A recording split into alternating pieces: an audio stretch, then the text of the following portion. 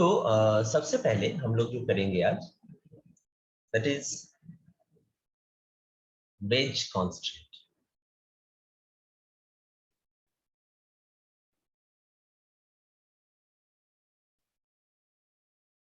देखो यहाँ पे कैसे दिखाया जा रहा है।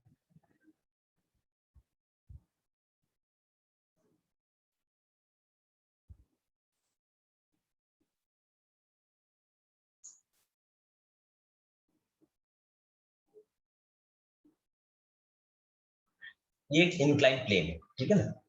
अब इस इंक्लाइन प्लेन के ऊपर एक ऑब्जेक्ट रखा गया है। ओके,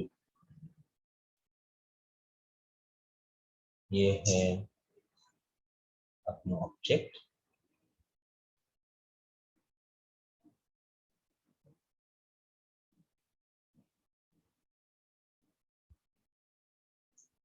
ओके, अब यहाँ पे ये जो वेज है ये ऐसे मूव कर रहा है, ठीक है, ऐसे मूव कर रहा है with velocity let us consider v1। Okay, तो जब ये जो वेज जब ये v1 वेलोसिटी में इस तरफ मूव करेगा, उस टाइम पे इसके ऊपर दो वेलोसिटी एक्ट करेगी। ओके, कैसा कैसा, एक इस डायरेक्शन में और एक इस डायरेक्शन। अगर सोचो इसको हम लोग v3 पकड़ लेते हैं और इसको v2। ओके, तो यहाँ पे हम लोग ऐसे पकड़ सकते हैं कि v1 का, और ये अगर एंगल थीटा है, ओके, तो v1 का जो ये वाला कंपोनेंट है, ओके, ये वाला कंपोनेंट है विच इज v1। अगर ये v1 है तो ये हो जाएगा v1 साइन थीटा। ओके, तो यहाँ पे ये हो जाएगा v3 equal to v1 sine theta. v3 हो जाएगा v1 sine theta. Okay, sir ये समझ नहीं आया। देखो यहाँ पे जैसे हम लोगों ने पिछले दिन हम लोगों ने जैसे किया था ना कि सोचो कोई भी एक ऑब्जेक्ट अगर एक रोप के साथ कनेक्टेड है, ओके, तो अगर रोप का कुछ वेलोसिटी है तो उस हिसाब से ऑब्जेक्ट का कैसा वेलोसिटी होगा, तो उसी का एक कंडीशन दिखाया जा रहा है यहाँ पे, ठीक है ना। सोचो अगर ये जो वेज है, वेज मतलब ये जो इंक्लाइंड ये ऑब्जेक्ट है, ये वाला इंक्लाइंड ऑब्जेक्ट, ओके, ये अगर एक वेलोसिटी में मूव कर रहा है, ठीक है ना, तो तब इसके ऊपर रखा गया इस ऑब्जेक्ट के ऊपर, इस ऑब्जेक्ट के ऊपर इसका जो वेलोसिटी होगा, ठीक है ना, इसका वेलोसिटी एक इस तरफ होगा और एक ऐसे नीचे की तरफ होगा, ठीक है ना। अब देखो, सर हाँ बोलो। सर ये जो V3 है वो ग्रेविटी की वजह से हो रहा है क्या? नहीं नहीं नहीं नहीं नहीं, देखो एक चीज यहाँ पर एक चीज मैं हमेशा तुम लोगों को पहले दिन भी बता रहा था, आज भी बता रहा हूं कि यहाँ पे अभी फोर्स के बारे में हम लोगों ने कुछ देखा ही नहीं। ओके, जो भी हम लोग देख रहे हैं वो सारे वेलोसिटी लेकर देख रहे हैं। ओके, इसके बाद आएंगे धीरे धीरे, आज की क्लास में मैं फोर्स के बारे में भी दिखाऊंगा, ठीक है, कि कैसा फोर्स एक्ट होता है। ओके, किस डायरेक्शन में फोर्स एक्ट होता है।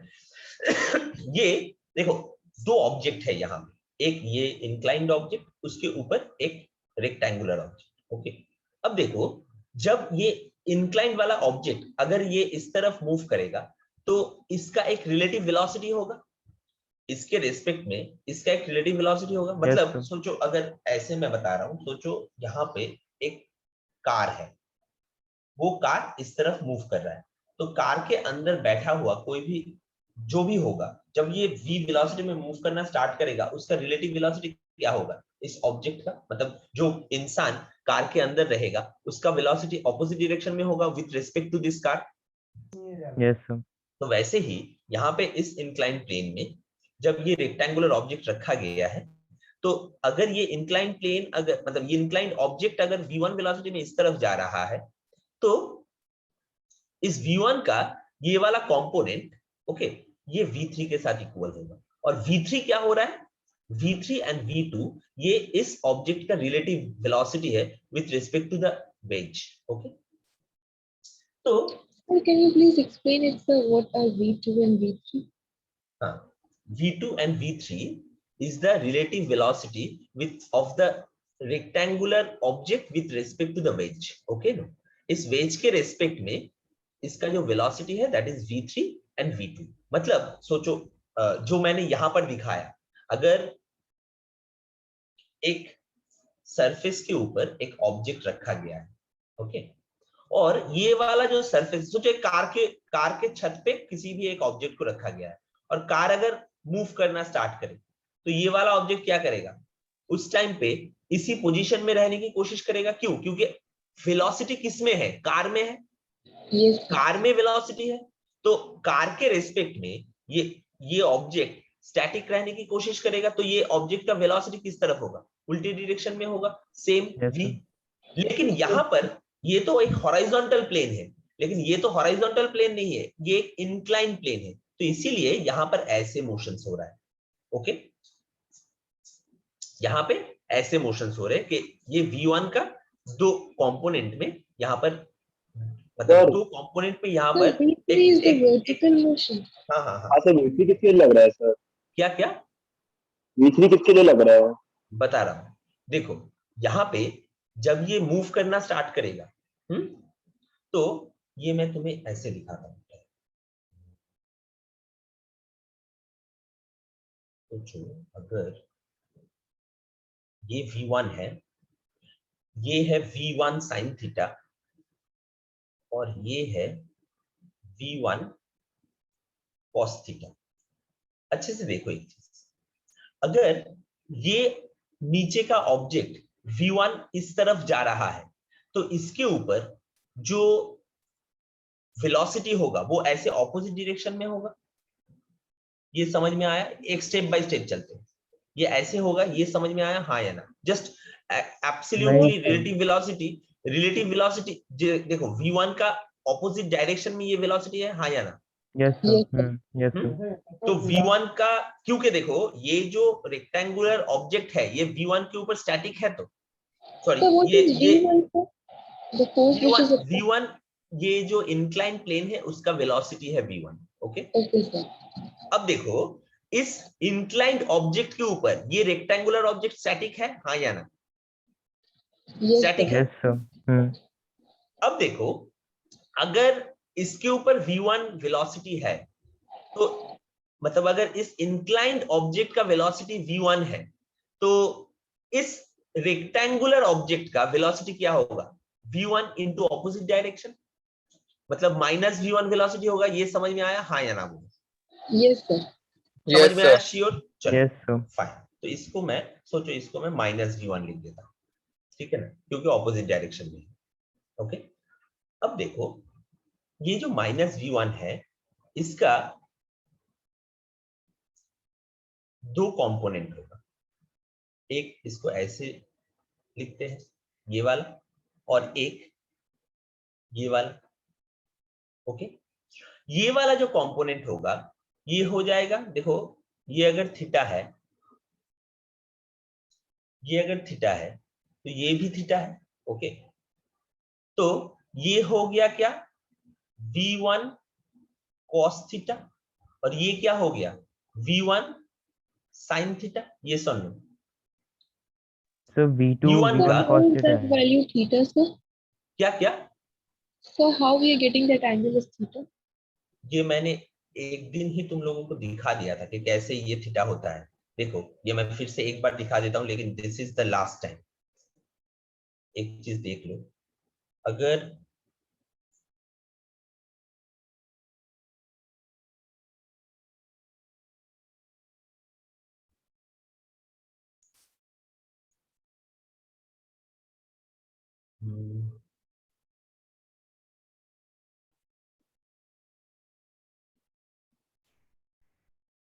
ये एक ऑब्जेक्ट है, ये एंगल कितना है, थीटा। अब इसके ऊपर देखो क्या क्या फोर्स एक्ट हो रहा है, मतलब मैं फोर्स से दिखा रहा हूं, उससे एंगल समझना, और मतलब अब फोर्स देखो, ये स्ट्रेट लाइन करके अगर पकड़े हम लोग तो फोर्स से मैं अगर दिखाया तो वहां से ये एंगल समझ में आ जाएगा। देखो इसके ऊपर एकदम वर्टिकली डाउनवर्ड क्या एक्ट हो रहा है, वर्टिकली डाउनवर्ड क्या एक्ट हो रहा है, वेट, ग्रेविटेशनल फोर्स। ग्रेविटेशन। अच्छा, वेट का दो कंपोनेंट होगा, एक इस तरफ होगा और एक इस तरफ होगा, हाँ या ना। अब देखो Yes, sir. अगर ये थीटा है, ये 90 डिग्री है, तो ये कितना होगा, 90 minus theta. और ये कितना होगा, Theta. थीटा हो जाएगा। ओके, अब देखो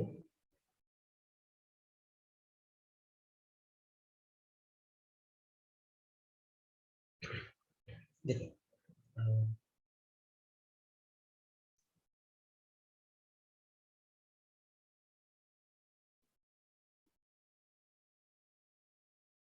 अब देखो अगर ये थीटा है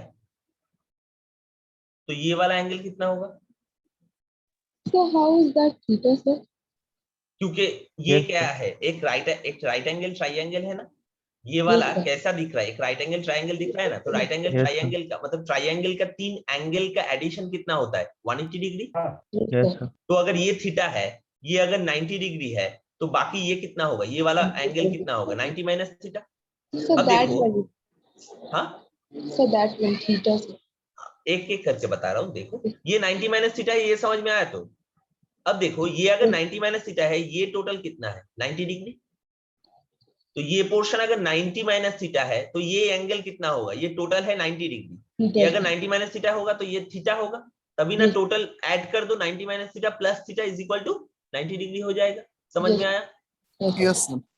अब देखो ये अगर थीटा है तो ये भी थीटा है, ओके, और ये वाला क्या है, 90 माइनस थीटा।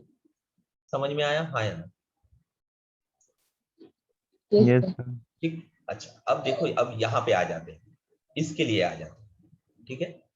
देखो यहाँ पे इसको भी मैं थोड़ा इलाबोरेट करके ड्रॉ कर देता हूं, ओके।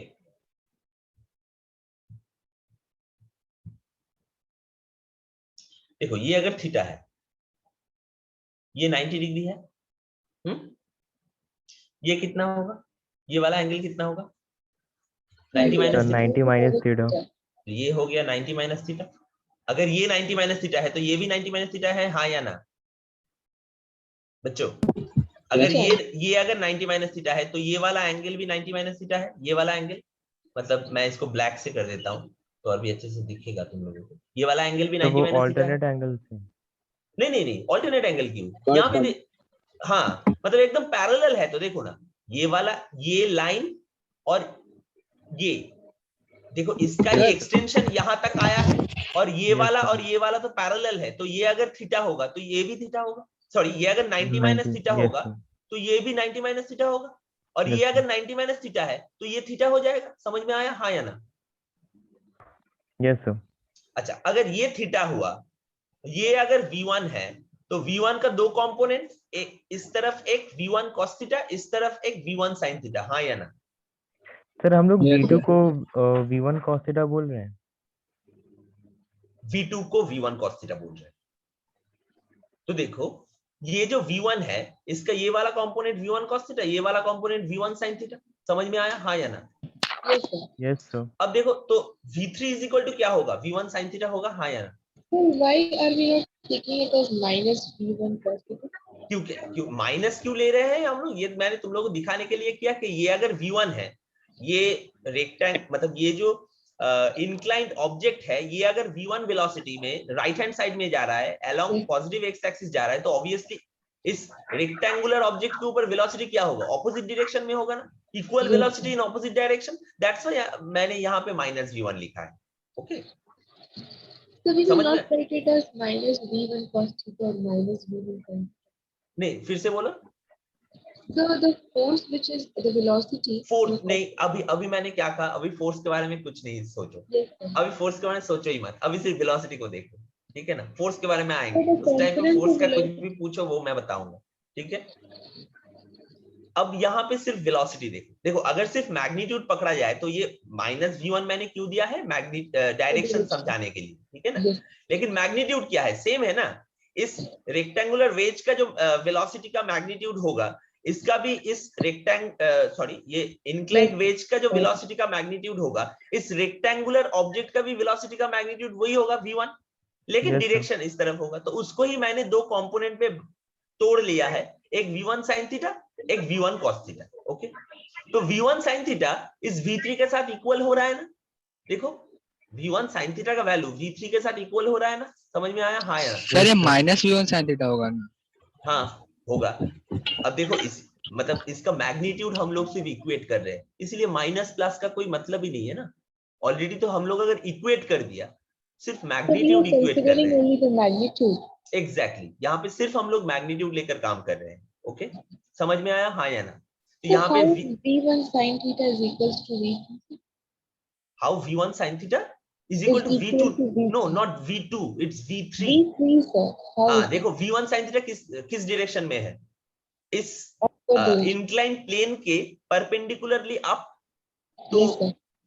और जब ये इस तरफ एक वेलोसिटी होगा तो रिलेटिव वेलोसिटी इस तरफ भी होगा, isn't it? सर वो भी माइनस है ना, सिर्फ मैग्नीट्यूड कंसीडर किए इसलिए हाँ प्लस है। एकदम एकदम। तो Okay, वहां sir. पे सिर्फ यहाँ पे मैग्नीट्यूड लेकर काम कर रहे हैं, इसीलिए v1 sin theta is equal to v3 होगा, क्योंकि ये equal in magnitude and opposite in direction है। इसीलिए ना इस डायरेक्शन में, मतलब इस डायरेक्शन में इस रेक्टेंगुलर ऑब्जेक्ट का कोई वेलोसिटी है क्या? इस रेक्टेंगुलर ऑब्जेक्ट का इस डायरेक्शन में जो मैंने एरो देकर दिखाया है, वहां पर कोई वेलोसिटी है इसका? नहीं है। तो अगर वेलोसिटी नहीं है मतलब नेट वेलोसिटी कितना है? 0। मतलब ये जो इस तरफ का वेलोसिटी और इस तरफ का velocity equal in magnitude and opposite in direction है, तभी ना ये नीदर ऊपर की तरफ जा रहा है नॉर नीचे की तरफ जा रहा है। समझ में आया? हाँ या ना?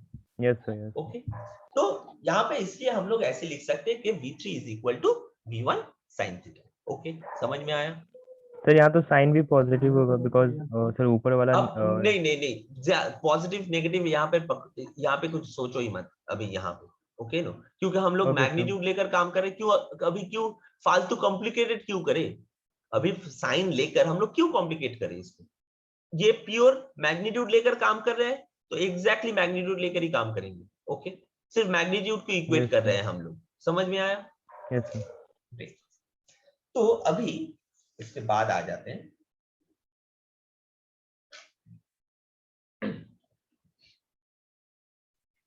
देखो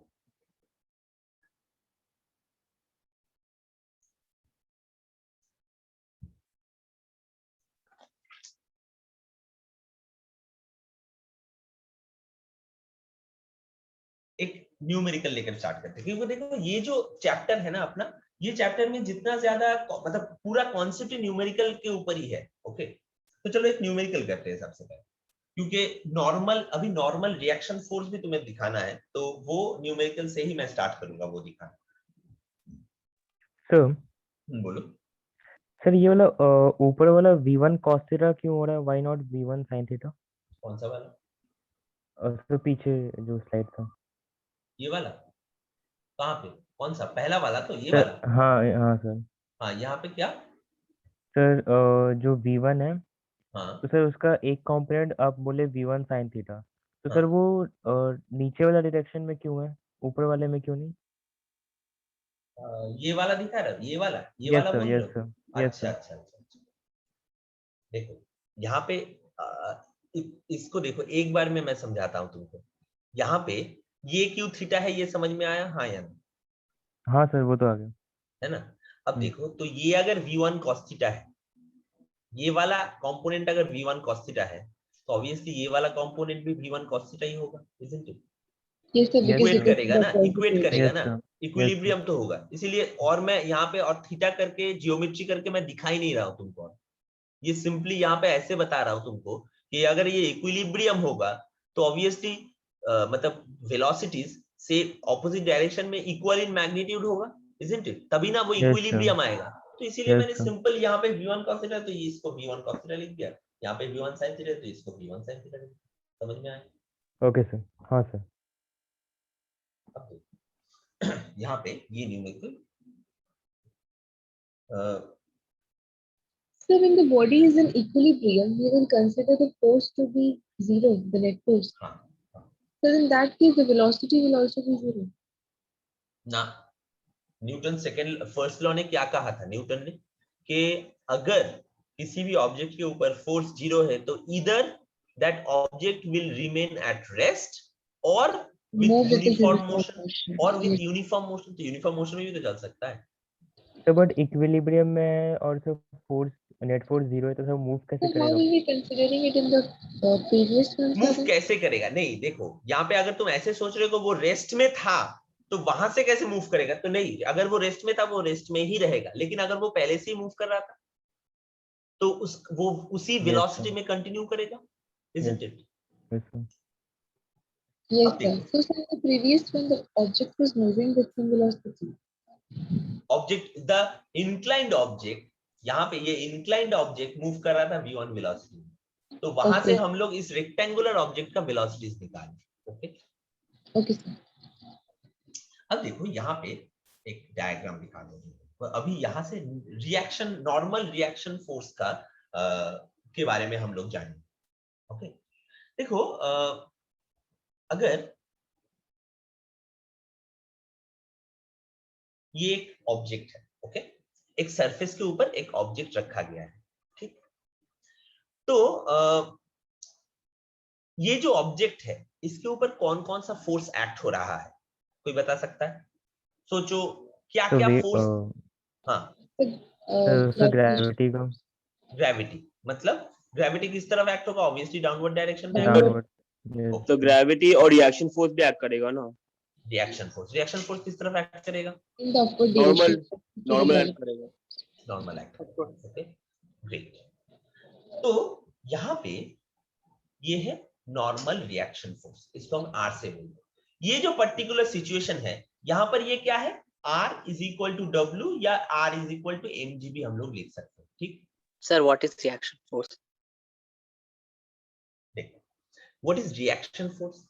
अगर किसी भी ऑब्जेक्ट के ऊपर, मतलब किसी भी ऑब्जेक्ट, अगर सोचो किसी भी ऑब्जेक्ट के ऊपर ऐसा नहीं कहूंगा, अगर कभी भी कोई एक्शन फोर्स, मतलब कभी भी कोई फोर्स अप्लाई किया गया है कहीं पर भी, तो obviously there will be a reaction force. What is reaction force?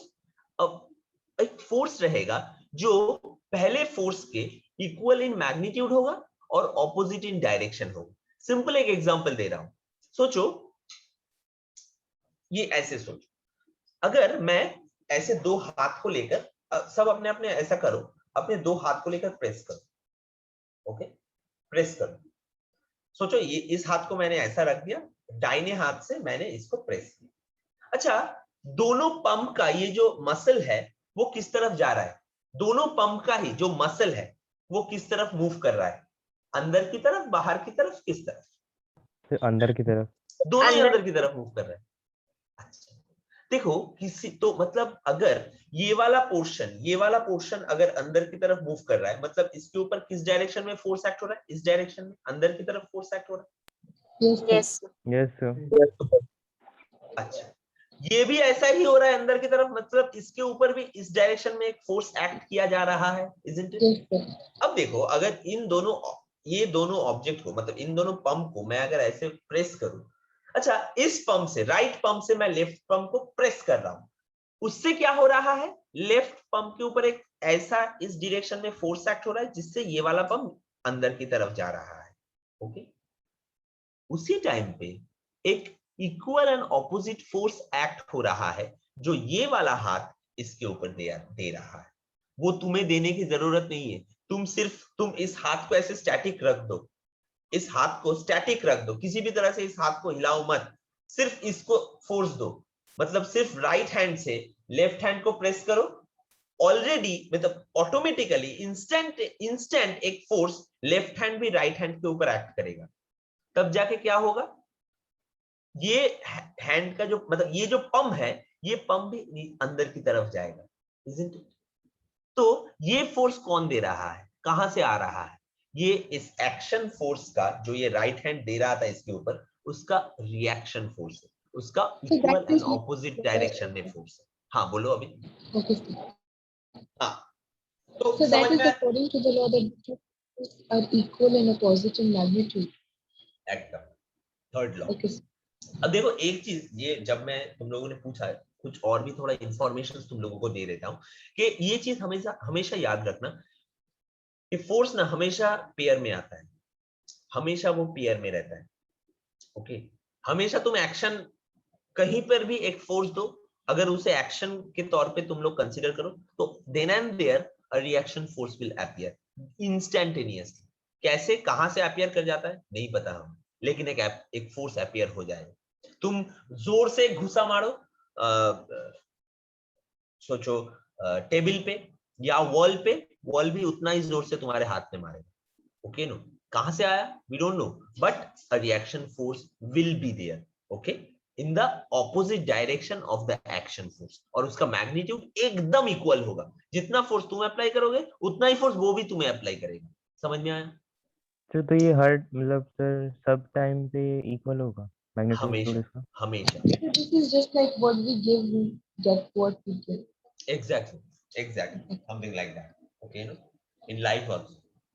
So now अगर ऐसा ना हो के थोड़ा और इसको कॉम्प्लिकेट करते हैं।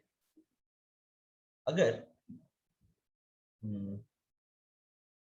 दो ऑब्जेक्ट, तो जो ये एक ऑब्जेक्ट है और एक ऑब्जेक्ट है ये, और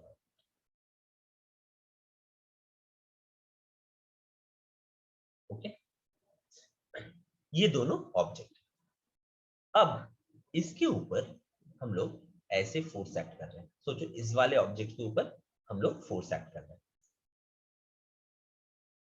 ओके, अब यहां पे इन दोनों ऑब्जेक्ट के ऊपर सोचो, ये है ऑब्जेक्ट ए और ये है object B. Object A and object B के ऊपर कौन कौन सा फोर्स एक्ट करेगा वो हम लोग कैसे देखेंगे? रिएक्शन फोर्स ऑलरेडी हमने बता दिया है। अभी और एक चीज मैं तुम्हें बताऊंगा which is known as free body diagram. Okay, free body diagram क्या होता है?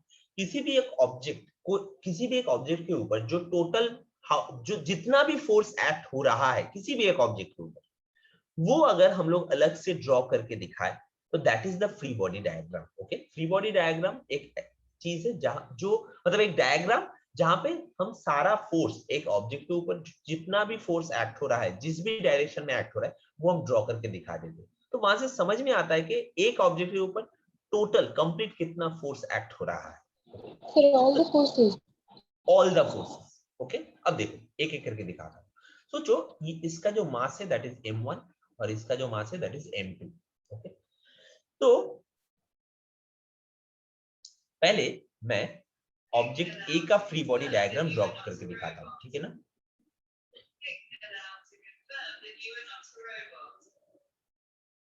सोचो फ्री बॉडी डायग्राम ऑफ ए। अच्छा, ऑब्वियसली ऑलरेडी तुम लोगों को पता ही है कि डाउनवर्ड डायरेक्शन में वेट एंड अपवर्ड, हाँ बोलो। Sir, हाँ sir, will you please repeat the free body diagram one more time? Yes, देखो फ्री बॉडी डायग्राम ही मैं ड्रॉ कर रहा हूँ, ठीक है? फ्री बॉडी एक बार ड्रॉ हो जाएगा समझ में आ जाएगा, अलग से कोई डेफिनेशन नहीं है एज सच। ओके, दिखाता हूँ मैं। सोचो ये जो ऑब्जेक्ट है ऑब्जेक्ट ए, इसके ऊपर कौन कौन सा फोर्स एक्ट हो रहा है ऑलरेडी तुम्हें पता है। पिछले में ही हम लोगों ने पिछले डायग्राम में ही हम लोगों ने Yes, डिस्कस किया कि weight and reaction force act हो रहा है। किसका रिएक्शन फोर्स? वेट का जो रिएक्शन फोर्स है वो एक्ट हो रहा है। Okay, Okay. तो ये है अपवर्ड डायरेक्शन में उसका फोर्स। तो जो ये है m1 into g and this is the reaction force. Okay, अच्छा अब देखो इस ऑब्जेक्ट के ऊपर और क्या फोर्स एक्ट हो रहा है? देखो इस डायग्राम से बता सकते हो और कौन सा तो जो फोर्स एक्ट हो रहा फोर्स दिया जा रहा है उस पे? है? हाँ, ये F वाला फोर्स एक्ट हो रहा है, isn't it? फाइन, तो ये वाला फोर्स एक्ट हो रहा है, दिस इज फोर्स F।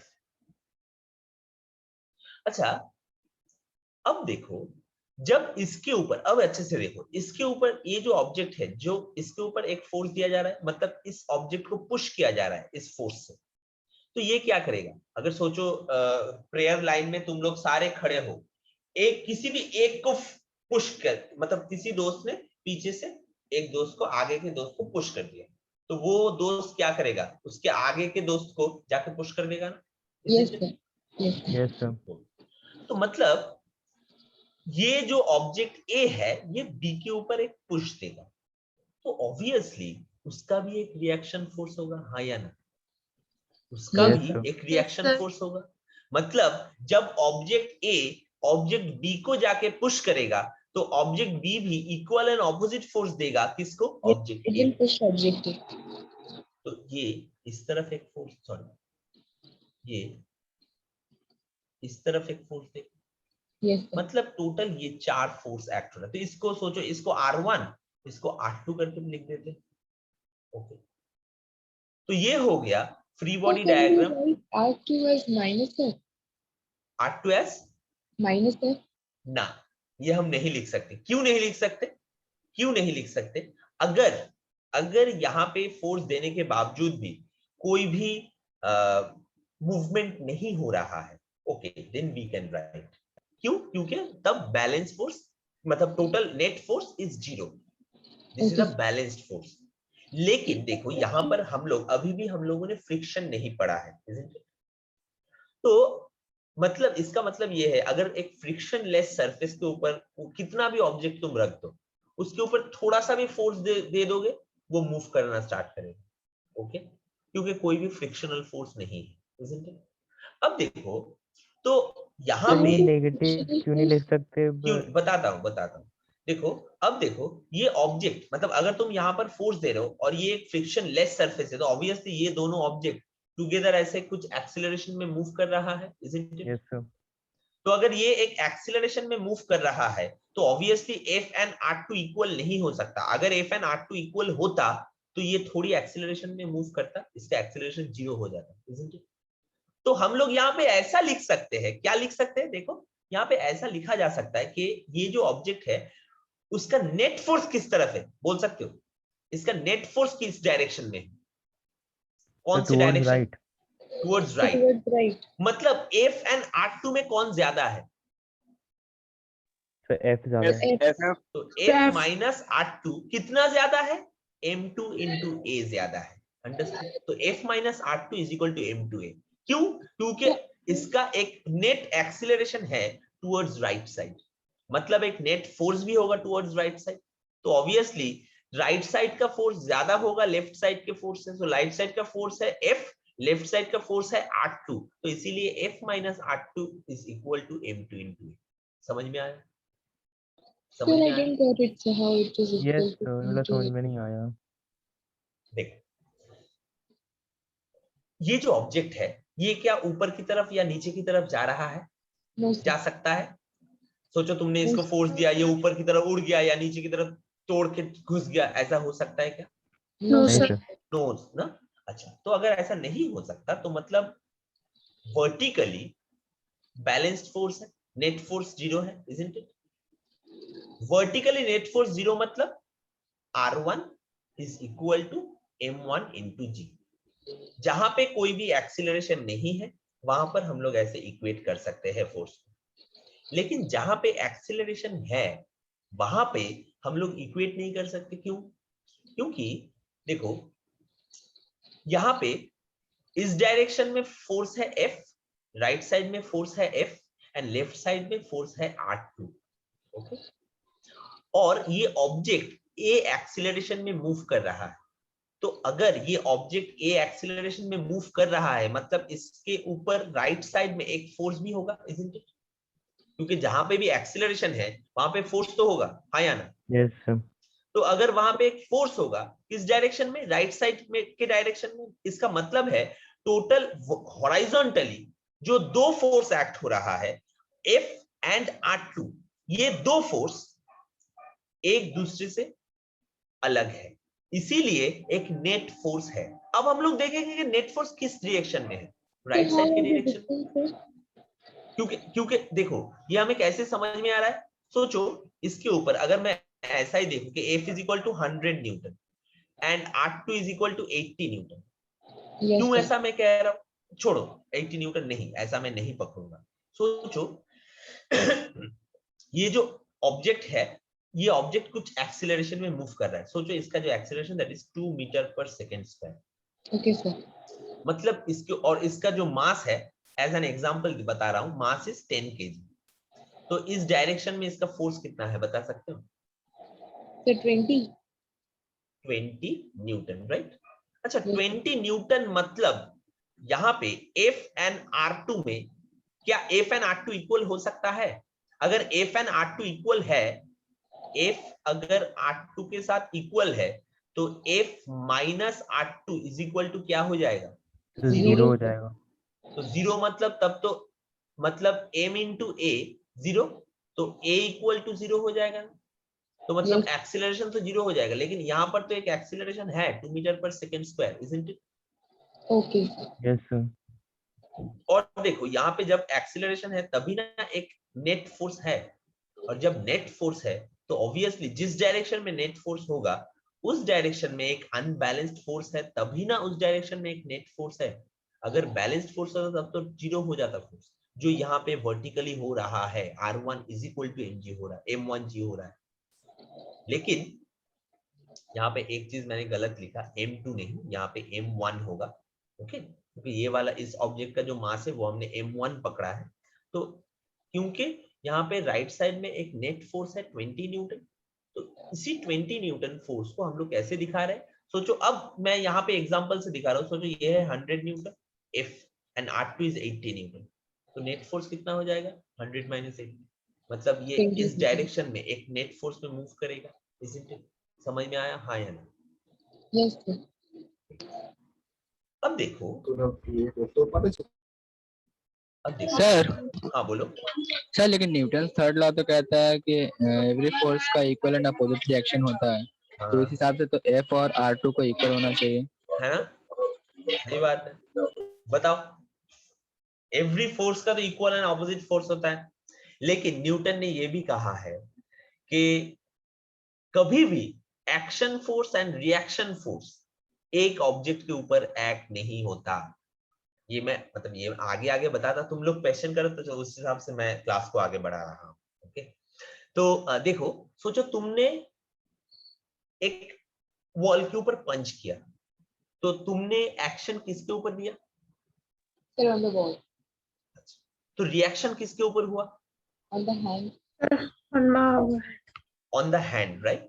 तो एक्शन फोर्स वॉल के ऊपर हुआ, रिएक्शन फोर्स हैंड के ऊपर हुआ। Yes. से तो एक्शन एंड रिएक्शन कभी भी सेम ऑब्जेक्ट के ऊपर एक्ट हुआ? No, sir. no sir नहीं होता भी सर। नहीं है। एक्शन एंड रिएक्शन कभी सेम ऑब्जेक्ट के ऊपर एक्ट भी नहीं होता, ओके नहीं? Okay. तो सर यहाँ बट यहाँ पे तो हो रहा है सर। नहीं हो रहा है। देखो सर यहाँ वो पे क्या हो रहा है, R1 एक्चुअली मैं बताता हूँ यहाँ पे क्या हो रहा है। देखो यहाँ पे F, ये जो A ऑब्जेक्ट है, A ऑब्जेक्ट पहले B को धक्का दे रहा है, इसीलिए B A को धक्का दे रहा है। मतलब यहाँ पे जो एक्शन रिएक्शन पेयर है, ये है एक जो B के ऊपर एक्ट हो रहा है और दूसरा जो A के ऊपर एक्ट हो रहा है। एक्शन रिएक्शन पेयर कौन दोनों है? ये दोनों है। मतलब अगर इसको मैं R2 पकड़ूं तो इसको भी R2 ही बोला जाएगा। This is action reaction pair, understood और not? F and R2 action reaction pair नहीं है, समझ में आया? So F is the force which is being applied and R2 हाँ, is the तो reaction. उसका रिएक्शन R2 नहीं है, Okay. sir. उसका रिएक्शन R2 नहीं है, समझ में आया? Yes, sir sir. But R1 और M1G तो है R1, हाँ एक ही बॉडी पे। नहीं। अब देखो ये भी मैं बताता हूँ, नहीं ये भी एक्शन रिएक्शन नहीं है, they are not action reaction. देखो मैं ये यहाँ पे दिखा रहा हूँ, इसका फ्री बॉडी डायग्राम बनाए, इस ऑब्जेक्ट का yes free sir. Body diagram बनाए और इस फ्लोर का भी फ्री बॉडी डायग्राम बनाएंगे। यहाँ पे दो ऑब्जेक्ट है, एक है ये एक है ये ऑब्जेक्ट और एक है ये फ्लोर, ओके? तो अगर हम लोग free body diagram of object बनाए तो ऑब्जेक्ट के ऊपर कौन कौन सा फोर्स एक्ट हो रहा है?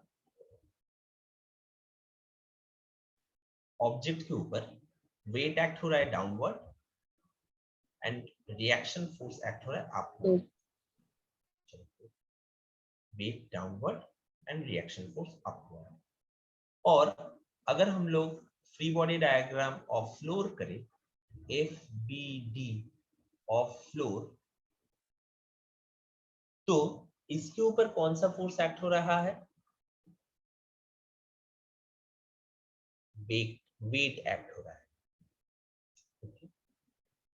देखो अब So this यहाँ is पर for अच्छे the से flow. सोचो। अब मैं बता रहा हूँ, पहले बता लेता हूँ उसके बाद। देखो ये जो ऑब्जेक्ट है, ये ऑब्जेक्ट सोचो, अगर मैं मेरे हाथ के ऊपर इस ऑब्जेक्ट को मैं रख रहा हूँ, ये मेरे हाथ के ऊपर इस ऑब्जेक्ट को मैं रख रहा हूँ। हाँ? अच्छा, अगर मेरा हाथ नहीं होता तो ये ऑब्जेक्ट क्या होता? नीचे गिर जाता ना। Yes, sir. तो ये Yes, sir. क्यों नहीं गिर रहा है? क्योंकि मेरा हाथ कंटिन्यूअसली एक, इसका जो वेट है उसके ऑपोजिट डायरेक्शन में एक फोर्स दे रहा है, मतलब इसको ऊपर धकेल रहा है मेरा हाथ। Yes, sir. To balance it. Yes, sir. अब देखो अच्छे से समझो इसको, ये पूरा एकदम प्योर कॉन्सेप्ट है ये, ठीक है ना। सोचो ये जो ऑब्जेक्ट है, ये जो ऑब्जेक्ट है, ये इसके वेट से मेरे हाथ को दबा रहा है, isn't it? Yes, sir. मेरा हाथ इसको भी दबा रहा है ऊपर की तरफ, isn't it? Yes, sir. Yes, sir. ये हुआ एक्शन रिएक्शन पेयर।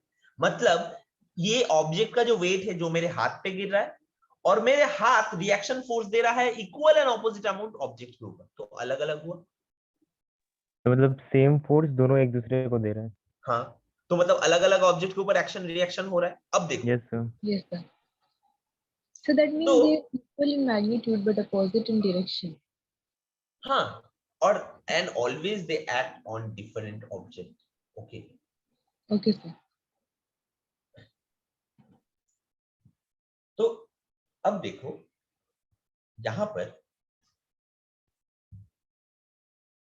तो ये सब जगह मैं थोड़ा इरेज कर देता हूँ, ज्यादा क्लमजी हो गया है।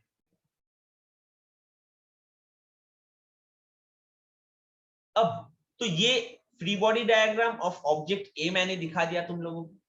अब free body diagram of object b कर देते हैं। तो मतलब यहाँ पे जो R1 है वो फ्लूइड की वजह से उसको मिल रहा है। क्या क्या? तो जो free body diagram of object a है उसमें जो R1 है हाँ वो उसको फ्लूइड से मिल रहा है। हाँ मतलब एकदम। Okay sir. अब देखो, और अब ये जो ऑब्जेक्ट है free body diagram of B, okay.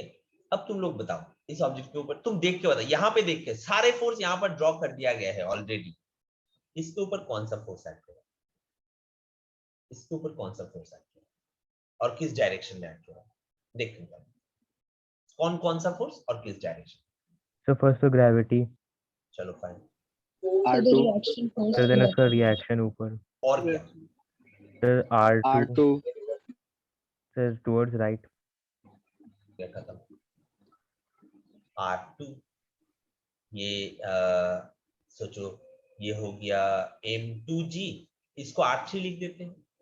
R3 तो vertically R3 is equal to M2G, and horizontally देखो, हॉरिजॉन्टली इसके ऊपर और कोई फोर्स एक्ट हो रहा है? सिर्फ R2 छोड़ के, R2 छोड़ के और कोई फोर्स एक्ट हो रहा है? No, sir. तो मतलब due to this R2 force ये A एक्सीलरेशन में मूव करेगा। मतलब हम लोग लिख सकते हैं कि सर R2 कौन सा फोर्स है? R2 पुश है A ऑब्जेक्ट का, object A Yes. Object B के ऊपर जो पुश दे रहा है दैट इज R2, ओके। हाँ sir.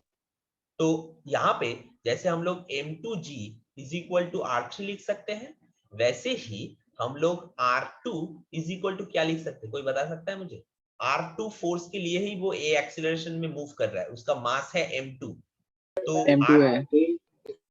The mass into acceleration. M2, okay. तो ये दोनों हम यहाँ पे लिख सकते हैं। तो ये इसका अगर फ्री बॉडी डायग्राम दिखाया जाए तो इसके ऊपर ये फोर्स, ये सारे फोर्सेस एक्ट हो रहे हैं, और इसके ऊपर ये तीन फोर्स एक्ट हो रहा है। हमें क्लियर समझ में आया बच्चों? सर यहाँ पे हम लोग F को कंसीडर नहीं करेंगे? अच्छा, इफ वो सोचो प्रेयर लाइन में जब पीछे वाला बच्चा, सोचो प्रेयर लाइन में ऐसा हुआ, सोचो प्रेयर लाइन में अच्छा मुझे एक एक करके नाम बताते जाओ, जल्दी नाम बताओ एक एक करके, कोई भी, तो मुझे 4-5 नाम सर चाहिए। धनंजय। सूर्यवान रहा। Suryavan, Zenith sir.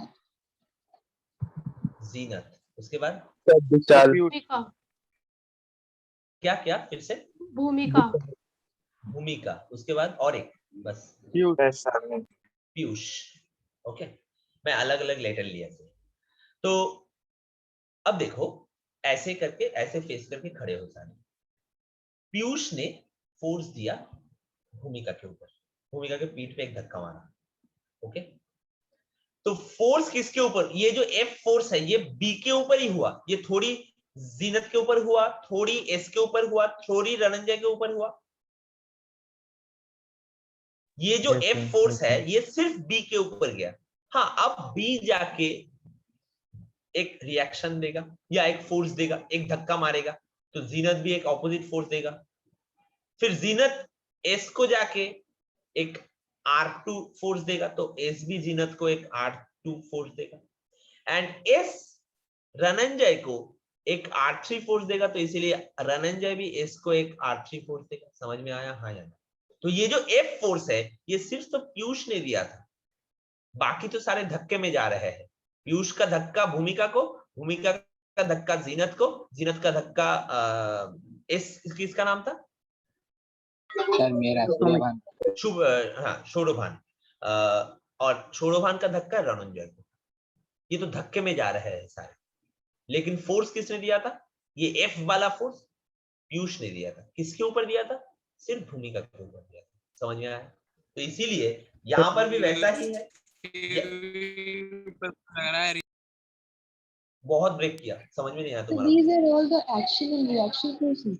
Exactly, all of them are action and reaction forces. Sir यहाँ पे जो ऑब्जेक्ट बी का जो R2 है वो ऑब्जेक्ट ए का R2 के ऑपोजिट है।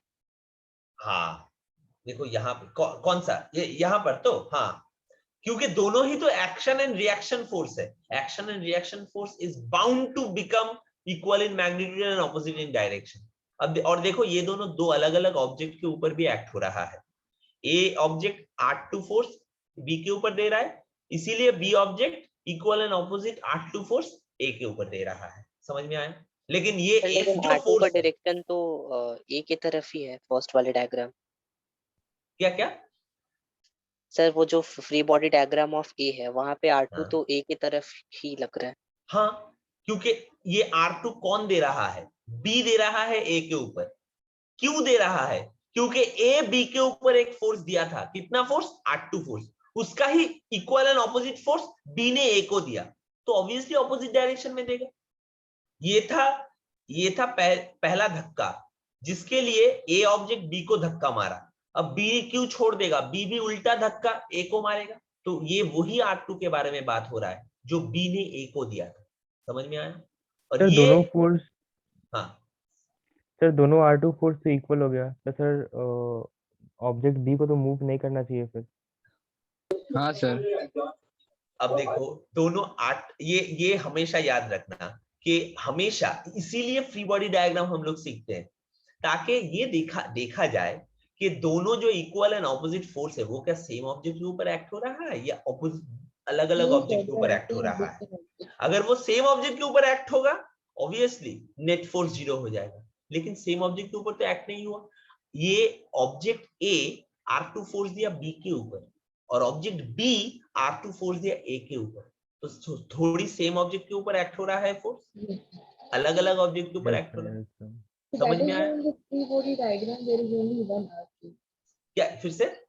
So that is why in the free body diagram we have R2 in the right direction. एकदम, इसीलिए मैंने अलग अलग से ड्रॉ किया। देखो, तो यहाँ पर ये वाला R2, ये वाला R2 यहाँ पर ड्रॉ किया गया है, और ये सर वाला वो वाला R2 यहाँ पर, ऑब्जेक्ट बी ए को दे रहा है, हाँ फर्स्ट वाले डायग्राम। हाँ, ऑब्जेक्ट बी ए को दे रहा है। Exact. So in object B that is the action and in object A we are getting the reaction.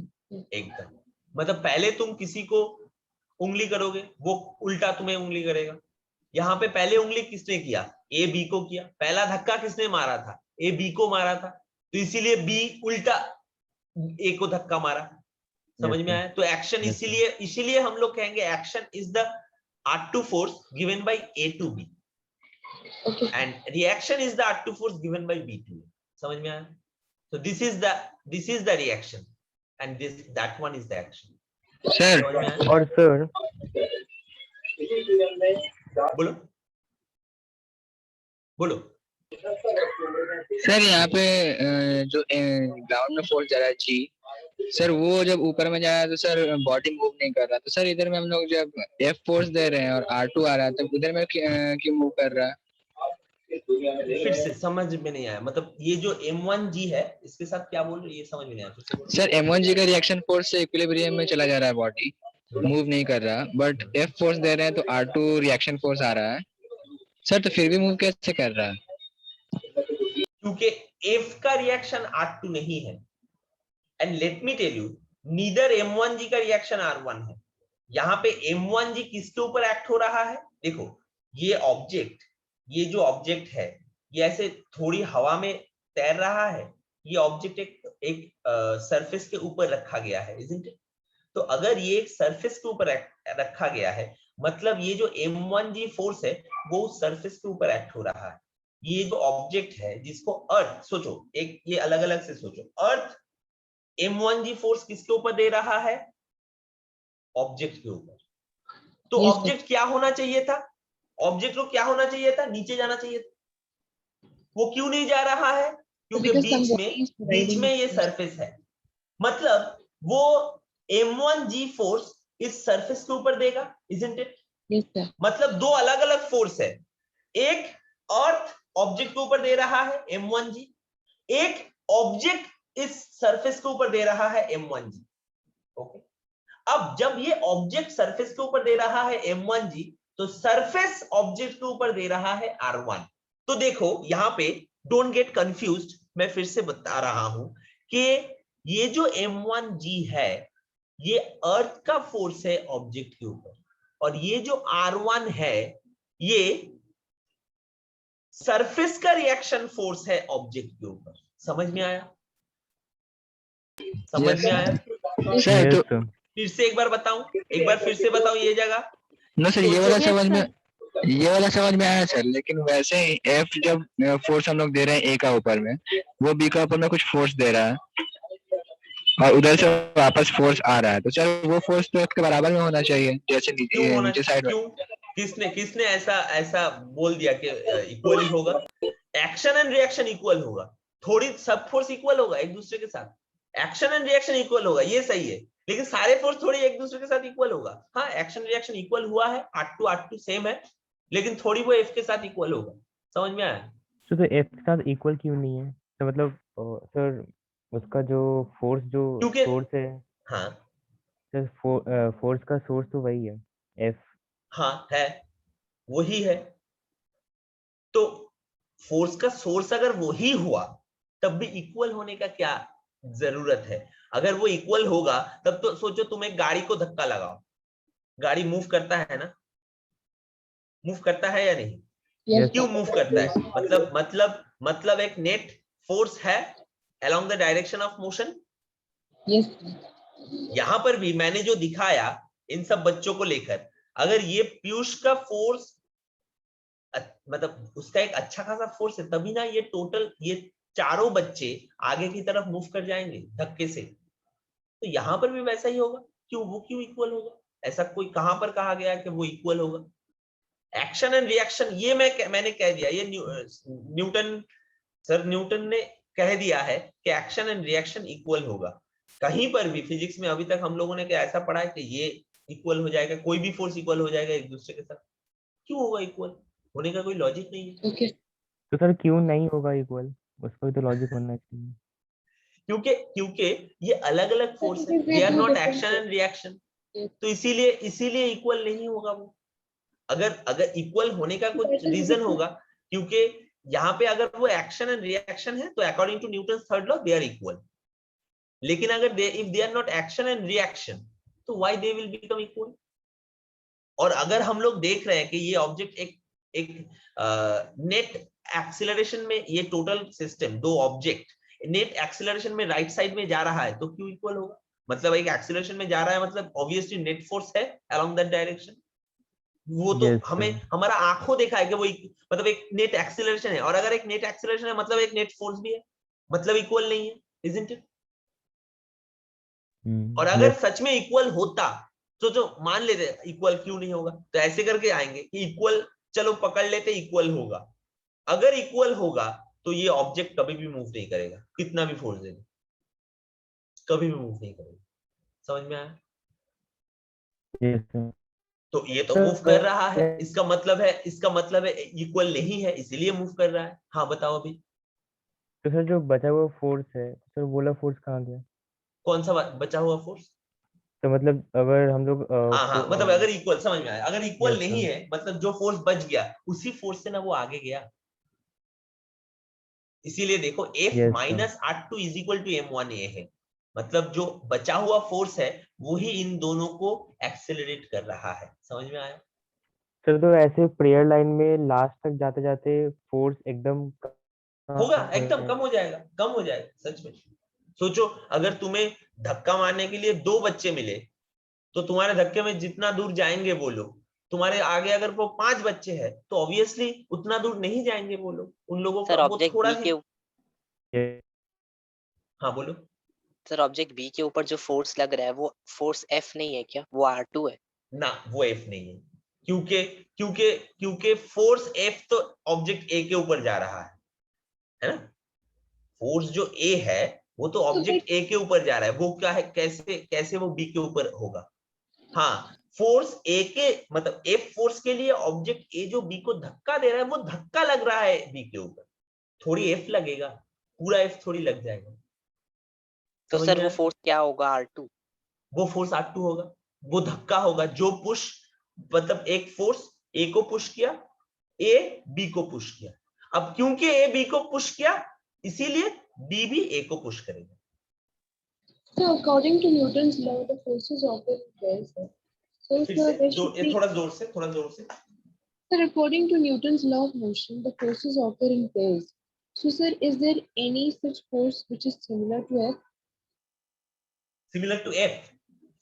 हाँ है तो, लेकिन वो यहाँ पर हम उस वो दिखाने की जरूरत ही नहीं है। सोचो सोचो अगर ये वाला फोर्स कोई दे रहा है तो उसका भी तो रिएक्शन फोर्स है, जो ये ऑब्जेक्ट उसको दे रहा है, मतलब ऐसे कर। लेकिन हम लोग वो क्यों नहीं काउंट कर रहे हैं, क्योंकि यहाँ पर ऑब्जेक्ट कौन कौन सा मूवमेंट किस किस का दिखा रहे हैं, इन दोनों का दिखा रहा है। तो ऐसे करके तो reaction reaction action Yes. Reaction बहुत सारा हो जाएगा। सोचो सोचो Okay. यहाँ पे मतलब ये मतलब अभी इतना कॉम्प्लिकेट नहीं करेंगे तुम लोग, मतलब नेक्स्ट दिन क्लास में नहीं आओगे। अभी अगर मैं सब कुछ बता दिया यहाँ पे, ठीक है ना, तो अभी अगर मतलब सोचो इस एफ के ऑपोजिट में भी फोर्स होगा। अब उसके बाद पीयूष एक्चुअली ग्राउंड को धक्का मार रहा है तो ग्राउंड भी पीयूष को धक्का मार रहा है। ओके ना, ये और भी ज्यादा कॉम्प्लिकेट हो जाएगा, यहाँ पे मैं नहीं जाऊंगा अभी। Obviously Okay. आगे आगे करके न्यूमेरिकल्स में ये जाता रहेगा। ओके, समझ में आया? तो अभी आ जाते हैं। R1 क्या था हाँ बोलो। सर, यहाँ पे R1 क्या था? R1 रिएक्शन फोर्स, यहाँ पे M1G के ऑपोजिट में जो एक्ट हो रहा है, मतलब ये जो सरफेस के ऊपर M1G फोर्स एक्ट हो रहा है डाउनवर्ड डायरेक्शन में, मतलब ये ऑब्जेक्ट धक्का मार रहा है अपने वेट से इस सरफेस को, तो इसीलिए सरफेस इस ऑब्जेक्ट को धक्का मार रहा है R1 फोर्स से ऊपर की डायरेक्शन में। अंडरस्टूड? Yes sir. ये एक्चुअली देखो, ये एक्शन रिएक्शन समझना, ये समझ गए ना, बहुत मतलब उसके बाद मजा आने वाला है न्यूमेरिकल्स में। ओके, अब देखो, अब थोड़ा इसको और कॉम्प्लिकेटेड करते हैं फोर्स देकर।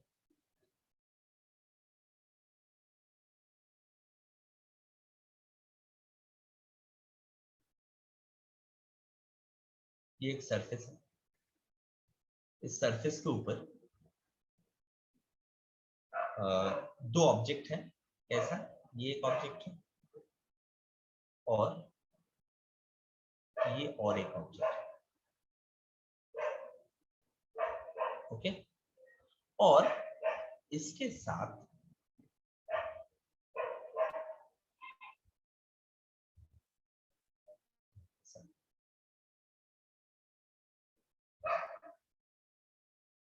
ये क्या है, एक वॉल है। क्या है? वॉल। समझ में आया? मतलब ये स्टैटिक है। ओके, ये वॉल एकदम स्टैटिक है, ये मूव नहीं कर सकता। ओके, समझ में आया बच्चों? अब देखो, यस सर। इसका जो वेट है दैट इज 10 kg, इसका जो वेट है that is 20 kg,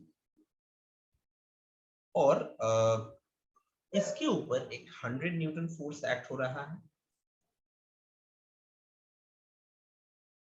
100 Newton force इसके ऊपर एक्ट हो रहा है, और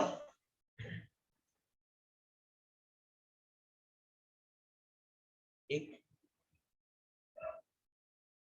50 न्यूटन फोर्स ऐसे एक्ट हो रहा है। ओके, मतलब अगर ये है अपना परपेंडिकुलर, तो परपेंडिकुलर के साथ 30 डिग्री एंगल करके ये वाला फोर्स एक्ट हो रहा है, और ये कितना है? 50 न्यूटन। 50 न्यूटन फोर्स एक्ट हो रहा है। ओके बच्चों, समझ में आया? यहाँ पे पूछा जा रहा है fine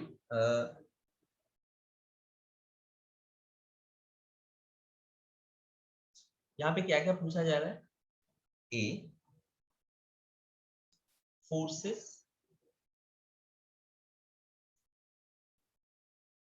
exerted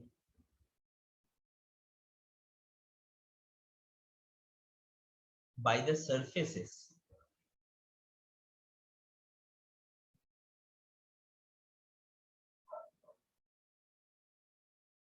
on blocks, and B, contact force between two blocks. Contact force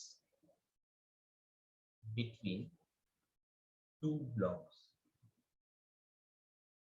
okay, ये दोनों हमें निकालने के लिए बोला जा रहा है। चलो इसको करते हैं।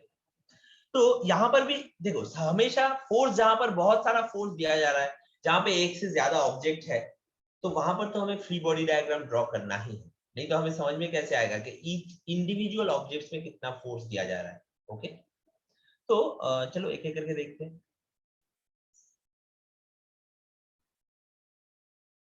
पहले 10 kg ब्लॉक का देखते हैं, FBD ऑफ 10 kg ब्लॉक। तो 10 kg ब्लॉक का जो FBD होगा, क्या क्या होगा डाउनवर्ड डायरेक्शन में? चलो एक एक करके बताओ, बताओ। Sir, NG. 100 सर 10 की 100 मतलब 10G। अच्छा, अपवर्ड डायरेक्शन में 10G। 10G। रिएक्शन, इसको रिएक्शन करके लिखते हैं R1। हाँ, अच्छा, इसके ऊपर इस डायरेक्शन में कितना फोर्स एक्ट हो रहा है? 100 न्यूटन। 100 न्यूटन। अब बताओ और क्या एक्ट होगा? यहां तक तो हमने समझ लिया, अब क्या एक्ट होगा? जो पिछला वाला न्यूमेरिकल, वहां से जितना भी हम लोगों ने समझा, वहां से क्या समझ में आ रहा है और क्या फोर्स एक्ट होगा? इस 100 न्यूटन फोर्स के लिए इसके ऊपर धक्का लग रहा है, isn't it? Yes sir. तो ये वाला धक्का किसके ऊपर ट्रांसफर होगा? 10 kg के ऊपर लगाया है। अच्छा, Sir, the B will provide a force on object B. Exactly, मतलब किस डायरेक्शन में? Along which direction? Towards left. Along the left towards direction. Left, मतलब ऐसा, isn't it?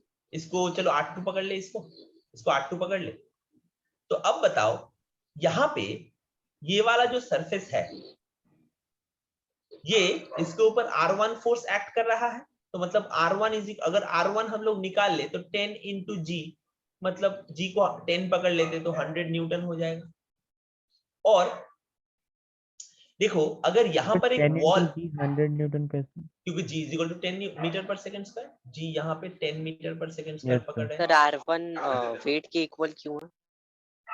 क्योंकि यहाँ पे ये जो ऑब्जेक्ट है ये थोड़ी नीचे की तरफ जा रहा है, थोड़ी ऊपर की तरफ जा रहा है, तो ये यहाँ पे नेट फोर्स कितना है? 0 है, तो इसलिए मैंने इसका वेट इक्वल टू R1 पकड़ लिया। समझ में आया? जो यहाँ पे पिछले वाले न्यूमेरिकल में भी जो सेम हुआ था, R1 is equal to M1, isn't it? समझ में आया? अब देखो, अब यहाँ पर देखो, सर ये ये जो, वाला वो फिर से बताइए ना सर। सर वो वेट 10G कैसे वो वाला हाँ पार्ट। देखो इसका, ये जो ऑब्जेक्ट है, यहाँ पे दिखाता हूं, ये जो ऑब्जेक्ट है, ये इस तरफ इसका वेट एक्ट हो रहा है, isn't it? Yes sir. मतलब ये ऑब्जेक्ट सरफेस को प्रेस कर रहा है विद 10G फोर्स, तो ये वाला सरफेस इस ऑब्जेक्ट को इक्वल एंड ऑपोजिट फोर्स देगा, हाँ या ना? Yes sir. ऑब्जेक्ट सरफेस को 10G फोर्स दे रहा है, तो सरफेस भी ऑब्जेक्ट को 10G फोर्स ही देगा, Yes, sir. isn't it? और भी क्यों देगा? क्योंकि यहाँ पे ये ऑब्जेक्ट का net force, vertically net force क्या है? 0 है ना। वर्टिकल डायरेक्शन में नेट फोर्स क्या है? उसका प्रूफ क्या है कि वर्टिकल नेट फोर्स 0 है? उसका प्रूफ ये है कि ये वर्टिकली इसका moving कोई भी horizontal. मूवमेंट नहीं है, isn't it? इसका कोई भी मूवमेंट नहीं है vertical. Yes sir. Yes, sir. अब बताओ, अब देखो, बोलो हॉरिजॉन्टली इसका कुछ मूवमेंट है, हाँ या ना? हॉरिजॉन्टली नहीं Yes, सर। sir. क्यों नहीं है? क्यों नहीं है? लॉजिक, सामने तो सामने there is तो a वॉल है, movement. तो फिर वो मूव हाँ, तो करेगा। सामने वॉल है, तो इसीलिए ये हॉरिजॉन्टली भी मूव नहीं करेगा। अब बताओ what will be the relation, Okay. Means R2 क्या होगा ये बताओ, अभी 100 बताओ है। R2 कितना होगा? 100 है। Sir, R2 is equals to 100 अपने 100 आप। H. अच्छा, जहां पर भी बच्चा रो रहा है ना, वो यहाँ पे म्यूट करो, ठीक है? वैसे ही जो सब चीज हम लोग पढ़ रहे हैं, बच्चा रोएगा ही। तो R2 is equal to 100 Newton, ठीक है ना? ओके, समझ में आ गया? Free body diagram 10 kg block का। R2 100 न्यूटन समझ में नहीं आया। क्यों? देखो ओ yes sir, yes sir. Horizontally ये थोड़ी मूव कर रहा है, मतलब हॉरिजॉन्टली भी Yes, इसके sir. ये बैलेंस्ड फोर्स है, तो कब कैसे हो सकता है कि R2 जब इक्वल टू 100 न्यूटन हुआ, जैसे यहाँ पर नहीं हो रहा था, है ना? क्योंकि ये तो एक मूव कर रहा था एक एक्सीलरेशन से। और सर इसका Yes, 20 kg नहीं होगा क्या क्या क्या? सर, ये 20 kg। हाँ 20 kg में अभी तक आए नहीं, अभी पहले पहले 20 kg का फ्री बॉडी डायग्राम तो ड्रॉ करने दो। FBD of 20 kg block, 20 kg block का फ्री बॉडी डायग्राम कितना होगा? पहले सिर्फ फ्री बॉडी डायग्राम बना रहे हैं हम लोग, ओके? अब सोचो, और यहाँ पे ना इस न्यूमेरिकल को जो जितना कुछ बताया गया है उससे भी मैं और भी ज्यादा तुम लोगों को यहाँ पे बताऊंगा, इस न्यूमेरिकल लेके बहुत कुछ बताऊंगा इसको लेके, ठीक है? जितना कुछ पूछा गया है उससे भी ज्यादा बताऊंगा मैं। अब देखो यहाँ पे, अब तुम लोग बताओ कौन कौन सा फोर्स एक्ट हो रहा है, तुम लोग बताओ, चलो जल्दी। सर 100 है एक तो। 100 R2 नहीं, एक्ट हो रहा है। 100 नहीं, 100 फिर नहीं एक्ट 20G। हाँ 20 मतलब 200 होगा, 20G। अच्छा, इस तरफ क्या एक्ट होगा? R2 R1 हो गया, मतलब R3 लिख देते हैं ऊपर, ओके? Yes, sir. और क्या एक्ट हो रहा है? और क्या एक्ट हो रहा है? Sir 100 newton. Sir R2। Force which is in the नहीं, ये गलत है। क्यों बार बार हो रहा है? 100 न्यूटन किसके ऊपर एक्ट हो रहा है? 10 kg के ऊपर एक्ट हो रहा है, थोड़ी 20 kg के ऊपर एक्ट हो रहा है। 100 न्यूटन थोड़ी 20 kg के ऊपर एक्ट हो रहा है। धक्का तो यहाँ पे 10 kg के ऊपर लगा, तो 10 kg जाके कहां पर लगाया धक्का? 20 kg के ऊपर, isn't it? Yes sir. कितना जोर से? 8 जोर से। तो ये क्या करेगा? 20 kg क्या करेगा? 20 kg क्या करेगा? वॉल के ऊपर मारेगा। हाँ, उल्टा धक्का मारेगा 8 जोर से। तो मतलब अभी ये 20 kg के ऊपर 8 फोर्स किस डायरेक्शन में होगा, बता सकते हो? towards right. Towards right. Towards right, 8 towards right, okay? अच्छा, और क्या फोर्स होगा? और क्या फोर्स होगा? R3 वॉल की तरफ। हाँ एक तो जो वॉल करेगा रिएक्ट। जो वॉल जो रिएक्ट करेगा। R3 नहीं, ऑलरेडी R3 लिख दिया, यहाँ पे R4 कर देते, R4। R4 कर देते। और भी होगा, देखो यहाँ पे 50 न्यूटन है, यहाँ पे ऐसे 50 न्यूटन एक्ट हो रहा है, तो 50 न्यूटन का दो कंपोनेंट होगा, इस तरफ और इस तरफ, isn't it? तो ये अगर 50 न्यूटन है, ये देखो ये अगर 50 न्यूटन है, ये वाला कितना होगा? 50 sin 30 डिग्री, और ये वाला कितना होगा? 50 cos 30 डिग्री, ये नो? तो ये हो Yes, गया sir. 50 sin 30 डिग्री, और ये वाला हो गया 50 cos 30 डिग्री, ओके? अब देखो बच्चों, साइन 30 डिग्री मतलब हाफ, तो ये हो गया कितना 50/2 मतलब 25 न्यूटन। Okay okay. सर और साइन 30 डिग्री नीचे की तरफ ही होगा, वो कैसे बोल सकते हैं हम लोग? क्योंकि देखो ये तो सिंपल ऐसा है, ये अगर 50 न्यूटन है, ये एंगल अगर 30 डिग्री है, तो इसका दो कंपोनेंट ये और ये वाला है। तो अगर ये 30 डिग्री है तो ये एंगल कितना होगा? ये एंगल कितना होगा? 30। Isn't it? तो ये एंगल 30 डिग्री होगा। सॉरी, यहाँ पे ये एक मैंने गलती किया है, ये अगर 30 डिग्री होगा तो ये 30 डिग्री, तो मतलब ये हो जाएगा 50 cos 30 डिग्री, isn't it? और ये हो जाएगा 50 sin 30 डिग्री। ओके, ये मैंने गलती से ये लिख दिया था, ये हो जाएगा 50 नीचे की तरफ का हो जाएगा 50 cos 30 डिग्री। कैसे, वो समझ में आया? अगर ये 30 डिग्री है तो ये भी 30 डिग्री होगा, isn't it? समझ में आया बच्चों? यस देखो, अब देखो यहाँ पे, तो ये इसको जस्ट मैं चेंज कर देता हूँ, तो ये हो गया 50 cos 30 डिग्री, ये हो गया 50 sin 30 डिग्री। ओके, अब हम लोग यहाँ पे R3 का वैल्यू निकालेंगे। ओके, तो अच्छे से देखो बच्चों, इसको अच्छे से देखो, इसको मैं यहाँ पे इरेज कर देता हूँ। अगर मैं प्रॉपरली जो फ्री बॉडी डायग्राम हम लोग जैसे ड्रॉ करते हैं, तो देखो यहाँ पे ऐसे हम लोग ड्रॉ नहीं करते, यहाँ पे ऐसा कर देते कि ये जो 25 न्यूटन या 50 cos 30 डिग्री है वो किस तरफ है? डाउनवर्ड डायरेक्शन में, मतलब ये हो गया 50 cos 30 degree, 50 cos 30 degree. Okay, और इस तरफ हो गया 50 sin 30 डिग्री। बच्चों समझ में आया? हाँ या ना? समझ में आया? एकदम प्रॉपर। अब तुम लोग बताओ कैसे इक्वेट करें। वर्टिकली बताओ, पहले कैसे इक्वेट करें, वर्टिकली बताओ। वर्टिकली मतलब ऐसा, equals to 20G. सुना नहीं? Sir, R3 is equal to 20G. सिर्फ मतलब ऊपर R3 और नीचे सिर्फ 20G एक्ट हो रहा है और कुछ नहीं एक्ट हो रहा है। No, sir, 50 cos 30 degree. Exactly 20G plus 50 cos 30 degree कितना हो गया? 20G मतलब 200 प्लस 50 cos 30 डिग्री मतलब 50 into cos 30 डिग्री मतलब √3/2। जी 20 होगा, इसमें 10 क्या होगा? क्या क्या? हेलो, फिर से जी बोलो। की वैल्यू हाँ हाँ, जी की वैल्यू 10 होगी या 20? जी की वैल्यू कैसे 20 हो जाएगा?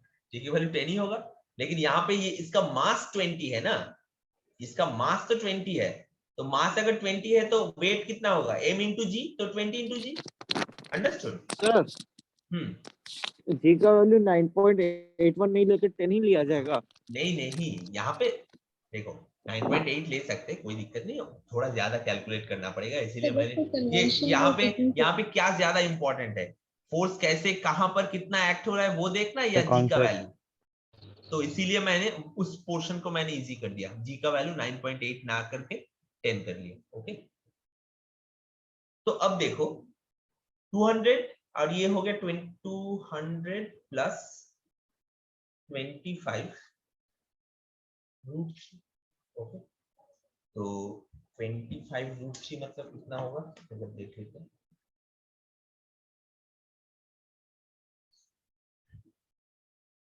√3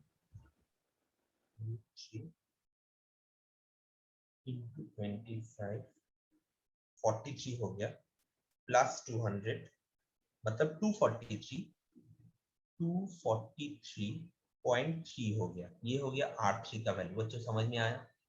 R3 का वैल्यू हो गया 243.3 न्यूटन। समझ में आया? हाँ या ना? Yes sir. अब तुम लोग बताओ हॉराइजॉन्टली क्या फोर्स एक्ट हो रहा है? हॉराइजॉन्टली क्या फोर्स एक्ट हो रहा है? हॉराइजॉन्टली पहले इक्वेशन बताओ, हॉरिजॉन्टली क्या एक्ट हो Sir, रहा R2 is equal to R4 50 sin 50 degree. है? Again Sir, R2 is equal to R2 R4 ऐसे into अलग अलग 50 से sin बताएंगे 50 ताकि degree. सबको समझ में आ जाए।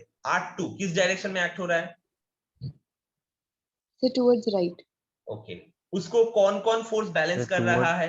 कौन right. कौन सा फोर्स उसको बैलेंस कर रहा है? R4 and 50 sin 50 degree. तो हम wall लोग का जब force इक्वेशन लिखेंगे तो कैसे लिखेंगे? R4 R4 is equal to, sorry नहीं R4 नहीं, R2 is equal to, R2 is equal to क्या लिखेंगे? R4 into 50 sin 50 degree. Into नहीं, plus 50 sin 30 degree. Okay, sir, sorry.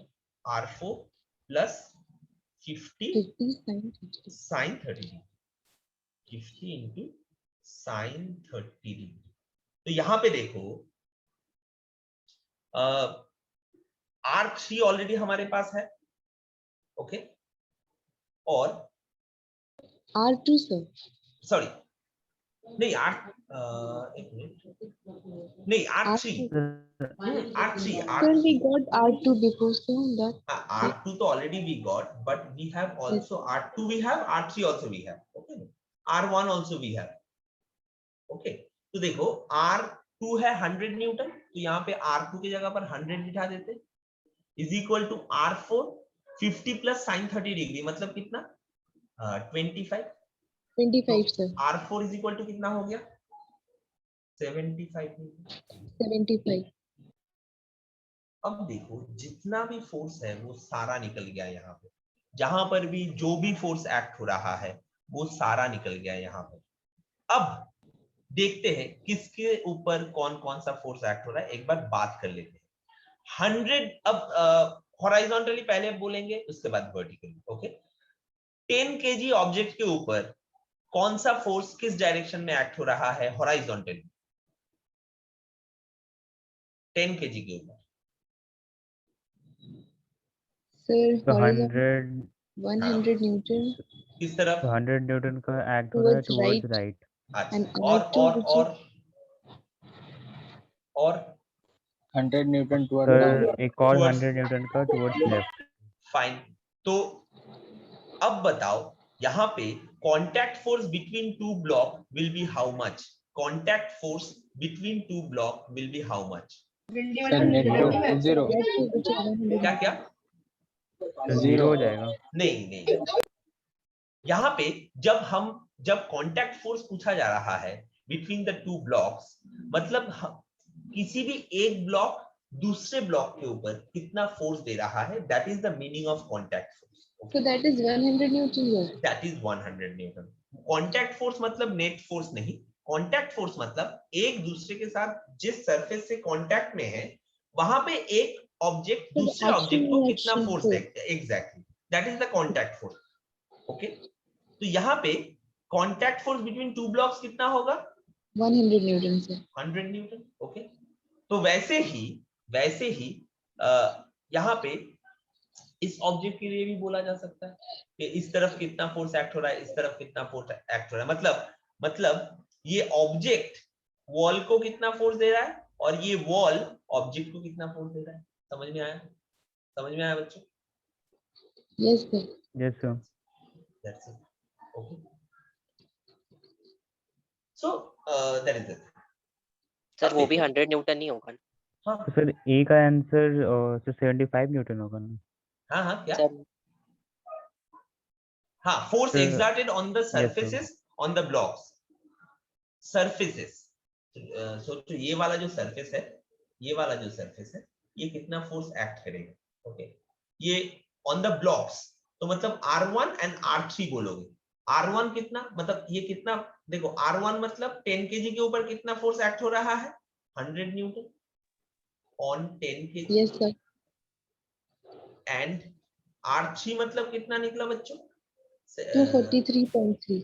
हाँ 243.3, मतलब सर 243.3 ऑन 20 kg। हाँ बताओ। सर वो जो 20 kg वाला ब्लॉक है वो वॉल पे 100 न्यूटन ही फोर्स दे रहा है ना, हाँ तो हम लोग contact force between two blocks दोनों का 100 एक, मतलब कॉमन आंसर 100 है। हाँ, कॉमन आंसर। ठीक है, Okay, sir. चलो आ जाते हैं अब next. So when we start solving the numerical, sir, do we have to write each and every sentence and then do it?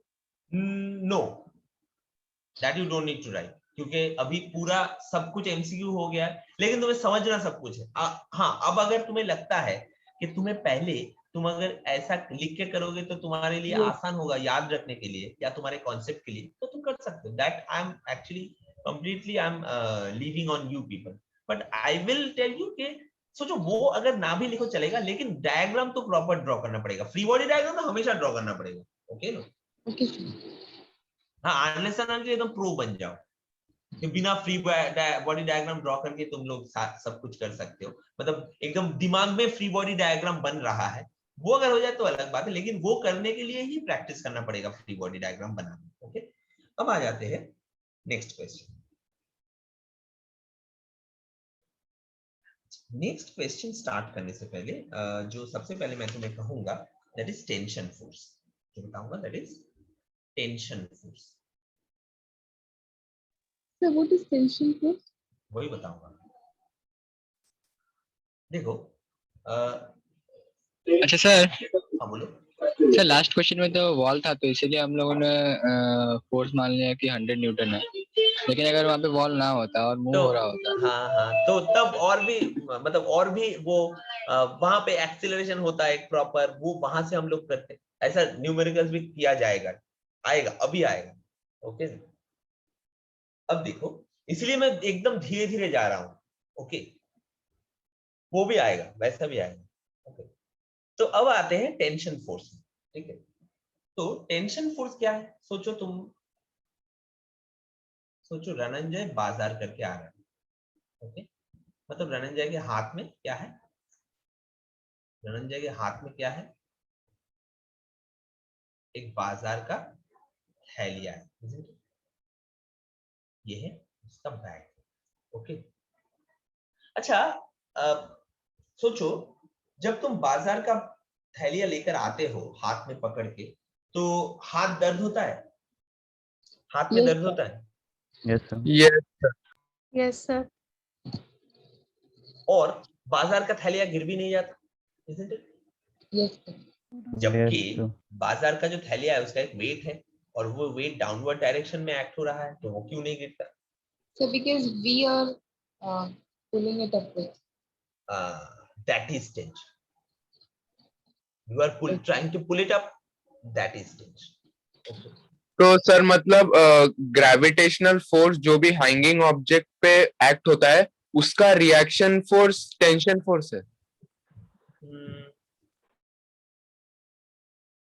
Reaction sir मतलब ऑपोजिट फोर्स उसको मतलब एक्ट करता है। देखो, अर्थ एक्ट कर रहा है ऑब्जेक्ट के ऊपर, तो object equal and opposite force नहीं, या इसको प्रॉपर रिएक्शन फोर्स तो नहीं कह सकते, लेकिन देखो ये मैं दिखाता हूं। तो जो ये है रोप, और इस रोप के साथ ऑब्जेक्ट ऐसे बंधा हुआ है। अब ये जो ऑब्जेक्ट है इसके ऊपर वेट एक्ट हो रहा है। ओके, इस ऑब्जेक्ट के ऊपर वेट एक्ट हो रहा है डाउनवर्ड डायरेक्शन। अब ये नीचे की तरफ जाने की कोशिश कर रहा है, लेकिन ये क्यों नहीं जा पा रहा है? क्योंकि ये इस रोप के साथ बंधा हुआ है। अब देखो, जब ये जा नहीं पा रहा है, मतलब इसका नेट फोर्स कितना है इसके ऊपर? What is the net force on this object? 0। तो अगर इसके ऊपर नेट फोर्स 0 है, तो मतलब ये जो रोप है ये इस ऑब्जेक्ट को इस तरफ एक्ट फोर्स दे रहा है, तभी ना नेट फोर्स 0 हो रहा है, तो उसको हम टेंशन Yes, कहेंगे। ओके, अब देखो क्यों इसको रिएक्शन, एक्शन एंड रिएक्शन नहीं कह सकते? क्यों? क्योंकि एक्शन एंड रिएक्शन कभी भी सेम ऑब्जेक्ट के ऊपर एक्ट नहीं होता। यहाँ पर वेट और टेंशन इसी ऑब्जेक्ट के ऊपर एक्ट हो रहा है, isn't it? They are equal, but they are not action reaction pair. Understood? Yes sir. अब देखो, अब देखो, टेंशन को और भी अच्छे से समझना पड़ेगा। टेंशन ना कैसा है, ये थोड़ा एक चीज से दिखाता हूं तुम लोगों को। सोचो एक रोप ना रख के एक स्प्रिंग रखा मैंने, उसके साथ एक ऑब्जेक्ट को कनेक्ट किया। अब ये ऑब्जेक्ट क्या कोशिश करेगा, नीचे की तरफ जाने की कोशिश करेगा, मतलब ये जो स्प्रिंग है ये थोड़ा एक्सटेंड हो जाएगा और इसके साथ ये ऑब्जेक्ट भी थोड़ा नीचे चला जाएगा, इतना नीचे चला जाएगा, isn't it? ठीक। अब देखो ये स्प्रिंग क्या कोशिश करेगा, हमेशा अपने प्रीवियस पोजीशन में लौटने की कोशिश करेगा ना, ये सुनो। Yes sir. कभी भी तुम देखना किसी भी स्प्रिंग को तुम खींचो, तुमको लगेगा, या एक रबर बैंड को लेकर खींचो, तुमको लगेगा जैसे रबर बैंड भी तुम्हारे हाथ को खींच रहा है।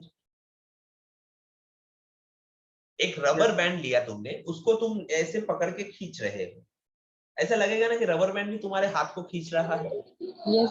तभी ना जाके हाथ में ऐसे निशान पड़ जाता है, इसलिए क्योंकि रबर बैंड हाथ के ऊपर फोर्स दिया है, इसलिए। मतलब हमेशा वो रबर बैंड क्या कोशिश कर रहा है, अपने प्रीवियस पोजीशन में लौटने की कोशिश कर रहा है, isn't it? इसे कहेंगे टेंशन। या यहां पर जो स्प्रिंग है, यहां पे जो स्प्रिंग है, ओके, ये स्प्रिंग अपने प्रीवियस पोजीशन में लौटने की कोशिश कर रहा है, इसे कहेंगे टेंशन। मतलब कभी भी किसी भी, मतलब ये टेंशन फोर्स क्यों एक्ट होता है पता है, due to the intermolecular attraction force between the like particles. देखो यहाँ पे एक रोप है, यहाँ पे एक रोप है। अभी जब ये जो ऑब्जेक्ट है ये क्या कर रहा है, नीचे जाने की कोशिश कर रहा है, मतलब अब रोप का भी जो पॉइंट्स है, रोप के अंदर जो पार्टिकल्स है, जो स्मॉल पार्टिकल्स है रोप का, वो क्या कोशिश कर रहा है, मतलब वो क्या हो रहा है, एक दूसरे से दूर जाने की कोशिश कर रहा है। तो यहाँ पे रोप भी equal and opposite intermolecular force दे रहा है, अट्रैक्शन फोर्स, जिससे वो अपने प्रॉपर लेंथ में ही रह सके।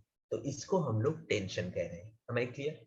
तो इसीलिए टेंशन हमेशा ऐसा होता है कि वो जैसे, मतलब टेंशन का डायरेक्शन समझने के लिए ये मैंने बताया तुम लोगों को कि टेंशन हमेशा कैसा होगा, टेंशन हमेशा ऐसा होगा ताकि जो ऑब्जेक्ट, मतलब जो रोप है, उस रोप को एकदम, मतलब अगर उस रोप के ऊपर ऐसा फोर्स गिर रहा है जिससे वो रोप मतलब बढ़ने की कोशिश करेगा, तो टेंशन उसको पिछले लेंथ में, मतलब उसका जो इनिशियल लेंथ है वहां पर ही रखने की कोशिश करेगा। ऐसा होगा टेंशन का डायरेक्शन। तो जब वेट हो रहा है डाउनवर्ड, तो रोप लंबा होने की कोशिश कर रहा है ना, ड्यू टू द वेट। तो टेंशन क्या करेगा, अंदर ऐसा फोर्स देगा ताकि वो लंबा ना हो पाए, तो इसीलिए टेंशन का डायरेक्शन ऐसा होगा। अंडरस्टूड? समझ में आया? So in this case the rope is extensible. लेकिन हमेशा जब एक फोर्स तुम दोगे एक रोप के ऊपर, क्या होगा, कोशिश करेगा ना ये रोप नीचे की तरफ जाने के लिए, लेकिन क्यों नहीं जा पा रहा है, मतलब एक ऑपोजिट फोर्स है, that is the intermolecular attraction force. अगर इंटरमॉलिक्यूलर अट्रैक्शन फोर्स ना होगा, क्या होगा, टूट जाएगा रोप, नीचे टूट जाएगा रोप, इजंट इट? मतलब इंटरमॉलिक्यूलर अट्रैक्शन फोर्स है ही, और वही है टेंशन। अंडरस्टूड? Okay. अब देखो, तो टेंशन हमेशा ऐसे ऊपर की डायरेक्शन में एक्ट करेगा। ओके, तो अब इसके ऊपर थोड़ा न्यूमेरिकल देखिए, ठीक है?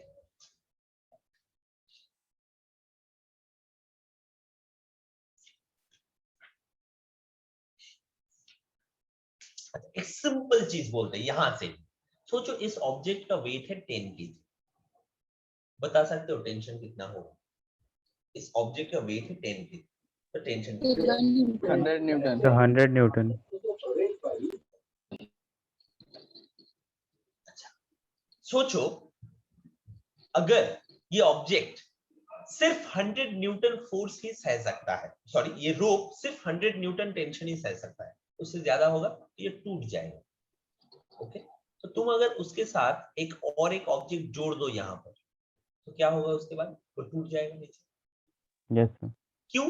क्योंकि तब नीचे वाला फोर्स वेट 100 न्यूटन से ज्यादा हो जाएगा, टेंशन उतना नहीं होगा, इसीलिए नेट फोर्स नीचे की तरफ हो जाएगा, ये टूट के नीचे गिर जाएगा। So in this case the tension will not be equal to the weight. That is why. क्योंकि टेंशन कौन दे रहा है, टेंशन कौन दे रहा है, रोप का इंटरमोलिकुलर अट्रैक्शन फोर्स दे रहा है, उसका एक लिमिट है, isn't it?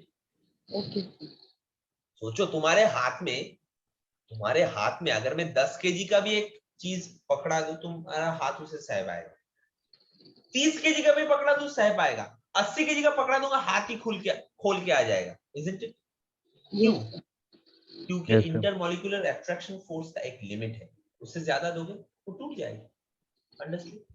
Yes. वैसे ही रोप के लिए भी होगा। The capacity to which it can hold the substance. Exactly. अब देखो इससे थोड़ा इसको कॉम्प्लिकेट करते हैं। अगर इसको ऐसा दिखाया जाए,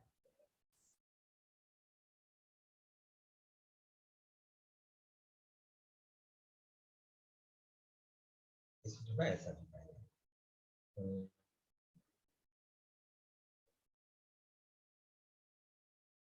ये है अपना ऑब्जेक्ट,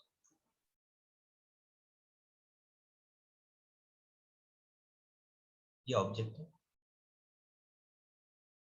इस ऑब्जेक्ट को देखो कितने रोप से पकड़ा गया है।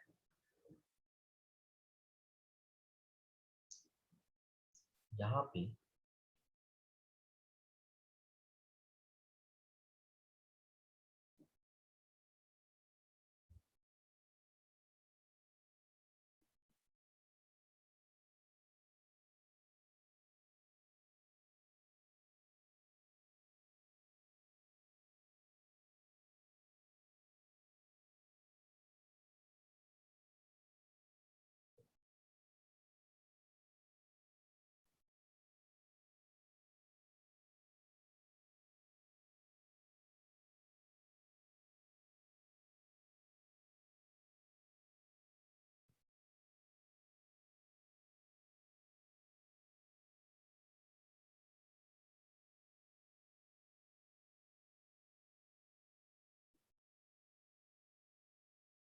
ओके, ये टोटल ऐसा है। यहाँ पे ऐसा दिखाया गया है,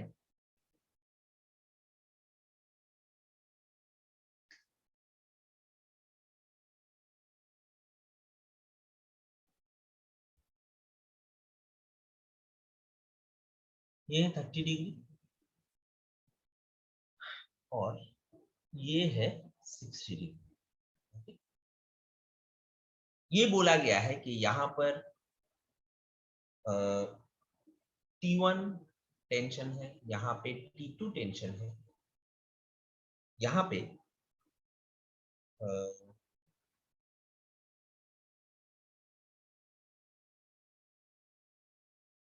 यहाँ पे T2 टेंशन है और यहाँ पे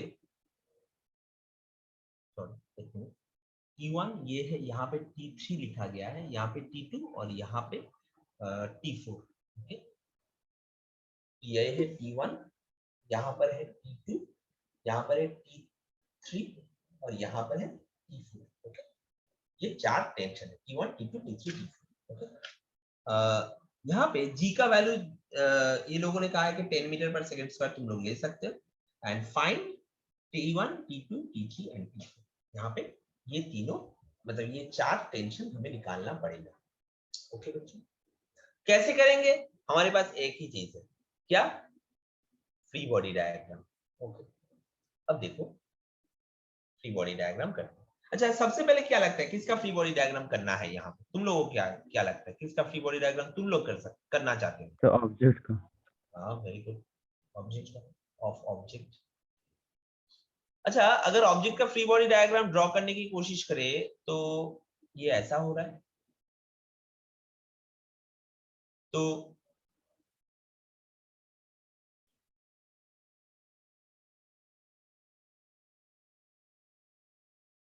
देखो नीचे की तरफ 10 जी, क्योंकि 10 केजी है इसका मास मैं बता देता हूँ 10 केजी। ओके, तो नीचे की तरफ कितना होगा?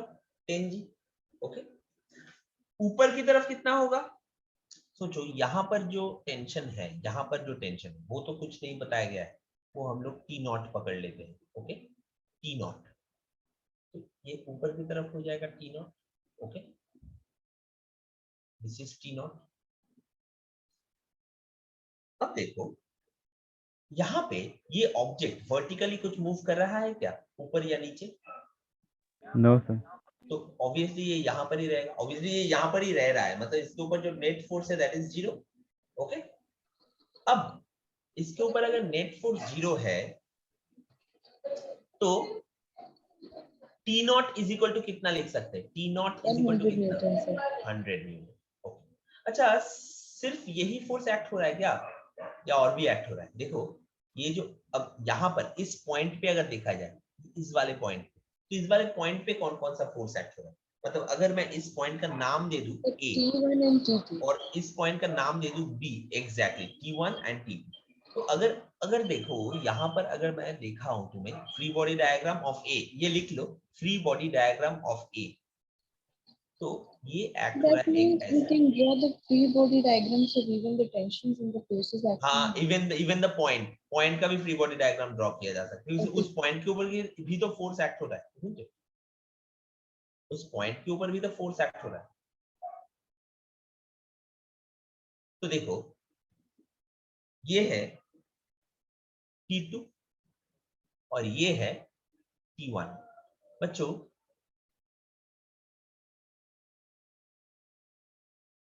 ये एंगल कितना होगा, ये वाला एंगल 30 degrees से। 30 डिग्री। तो इस तरफ की क्या होगा, ये कितना होगा, ये वाला पोर्शन कितना होगा? 100 न्यूटन। क्या 100? क्यों 100 क्यों? So because T naught is equal to sir 100 Newton दो जगह पे डिस्ट्रीब्यूट होगा। तो यहाँ पे 100 न्यूटन ऐसे क्यों पकड़ रहे हो, गलत हो जाएगा, गलत होगा, 100 न्यूटन नहीं होगा ऐसे। देखो यहाँ पे मैं T2 का दो कंपोनेंट ले रहा हूं, ओके नो? देखो यहाँ पर इसको ऐसे करते हैं, अच्छा T2 का कंपोनेंट बाद में लेते हैं, लेकिन उसके पहले देखो ये जो पॉइंट है, ये जो ऑब्जेक्ट है, इस ऑब्जेक्ट के ऊपर T नॉट किस तरफ एक्ट होगा, वो बता सकते हो? T नॉट किस तरफ एक्ट होगा? डाउनवर्ड।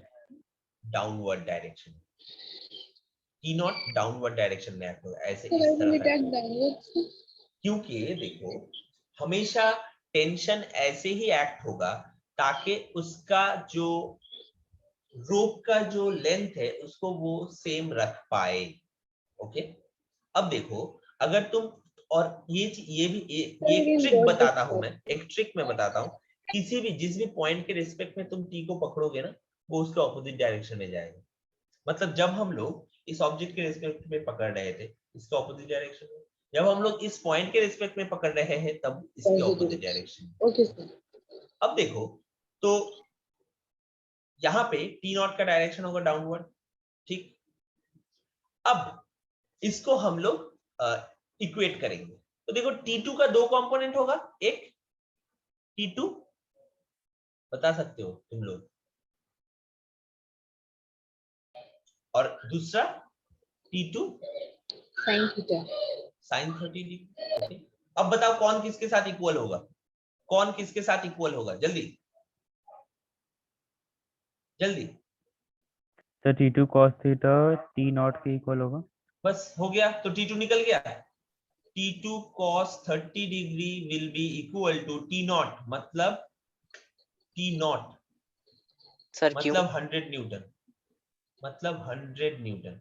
तो T2 हो गया cos 30 मतलब √3/2, तो 100 √3/2 मतलब 2/√3, राइट? कितना न्यूटन हो गया T2? समझ में आया? समझ में आया बच्चों?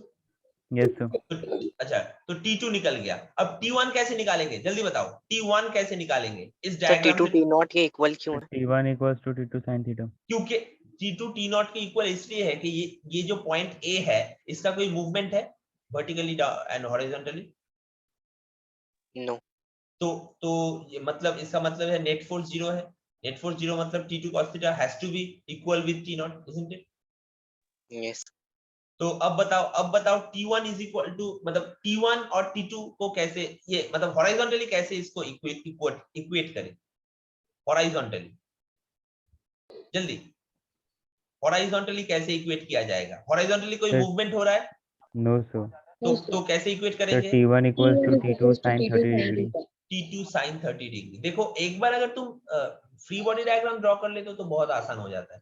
तो T1 is equal to T2 मतलब 100√2 divided by √3 and sin 30 degree मतलब हाफ। तो 2 और 2 कट गया, तो दिस विल बिकम 100/√3 न्यूटन। ये हो जाएगा 200/√3 न्यूटन T2। अब यहाँ पे T3 एंड T4 निकालेंगे, तो किसका फ्री बॉडी डायग्राम बनाओगे बच्चों, बताओ किसका फ्री बॉडी डायग्राम बनाओगे जल्दी, Sir, किसका of फ्री बॉडी डायग्राम बनाओगे? हाँ, बी यहाँ पे बना देता हूँ, यहाँ पे बनाता हूँ। FBD, this was FBD of A and this is FBD of B। अब FBD of B अगर ड्रॉ करे, बताओ कौन कौन से डायरेक्शन में क्या क्या होगा। ये है पॉइंट B, तो ये हो गया T4, isn't it? और ये हो गया T3, और T2 किस तरफ एक्ट होगा, और क्या फोर्स एक्ट होगा बता सकते हो? देखो T3 तो इस तरफ हुआ, T4 इस तरफ हुआ, और क्या एक्ट होगा, और क्या एक्ट होगा? T2 एक्ट होगा इस तरफ, T2 इस तरफ एक्ट होगा B के ऊपर, मतलब ऐसे हो जाएगा T2, ऐसा हो जाएगा T2। अंडरस्टूड और नॉट? बच्चों समझ में आया? हाँ या ना बोलो। Hello, yes sir. Sir T2 और T4 का डायरेक्शन सेम होगा? सॉरी सर, मतलब एक अलाइन नहीं अलाइन नहीं अलाइन नहीं होगा, अलाइन नहीं होगा, इसलिए तो थोड़ी अलाइन ड्रॉ किया है मैंने। तो ये है T4, ये है T3 और ये है T2। हाँ, ये है T2। अब देखो अगर ये 30 डिग्री है, यहां से ऐसा ड्रॉ कर लेंगे, अगर ये 30 डिग्री है तो ये कितना है? अगर ये 30 डिग्री है तो ये वाला एंगल कितना है? जल्दी तो 30 बच्चों, 30 डिग्री 30 डिग्री। तो ये वाला एंगल कितना है? 60 degrees. क्यों 60 डिग्री? ये कैसा एंगल है? इसको क्या, कौन सा एंगल बोलते हैं हम लोग? Alternate. These two are parallel and this is the common line, isn't it? So this is 30 degree, so this is also 30 degree. तो ये हो जाएगा 30 डिग्री अपना, isn't it? और ये वाला एंगल कितना है बच्चों? ये वाला एंगल सर 60। चलो हो गया था। अब इसको सिर्फ ड्रॉ कर लेते हैं। देखो ये है T4, T4 का ये हो गया कितना? T4 sin 60 डिग्री, और ये हो गया कितना? T4 cos 60 degree, isn't it? और यहाँ पे T2 का भी दो कंपोनेंट होगा, ये क्या हो जाएगा? इस तरफ क्या हो जाएगा? T2 sin 30 डिग्री, और इस तरफ क्या होगा? T2 cos 30 degree. बच्चों समझ में आया? हाँ या ना बोलो। Yes sir. अब एक एक करके मुझे वर्टिकली इक्वेशन बोलो और हॉरिजॉन्टली इक्वेशन बोलो। तुम लोग बोलोगे, तुम लोग लिखोगे, जल्दी जल्दी। So vertically में T4 cos 60 degree will be equal to T2 cos 30 degree. लिख लो, सारे लिख लो। T4 cos 60 degree is equal to T2 cos 30 degree. कोई और मुझे हॉरिजॉन्टली बताएगा? जिसने ये बताया वो नहीं बताएगा। ओके, चलो हॉरिजॉन्टली बताओ। Sir, T2 sin 30 degree is equal to T4 sin 60 degree. गलत। कोई और? जीनत, इट वाज रॉन्ग। कोई और बताओ हॉरिजॉन्टली क्या होगा? हॉरिजॉन्टली क्या होगा? जल्दी। हॉरिजॉन्टली नहीं दिख रहा है, देखो अच्छे से देखो, यहाँ पे मैंने एरो एरो करके सब कुछ कर दिया है। एरो भी उतना ही देता हूं जितना फोर्स है जिस डायरेक्शन में। बोलो कौन सा? किसी को समझ में नहीं आ रहा? Sir, T4 sin 60 degree equals to T3. Full बात। तो वही तो।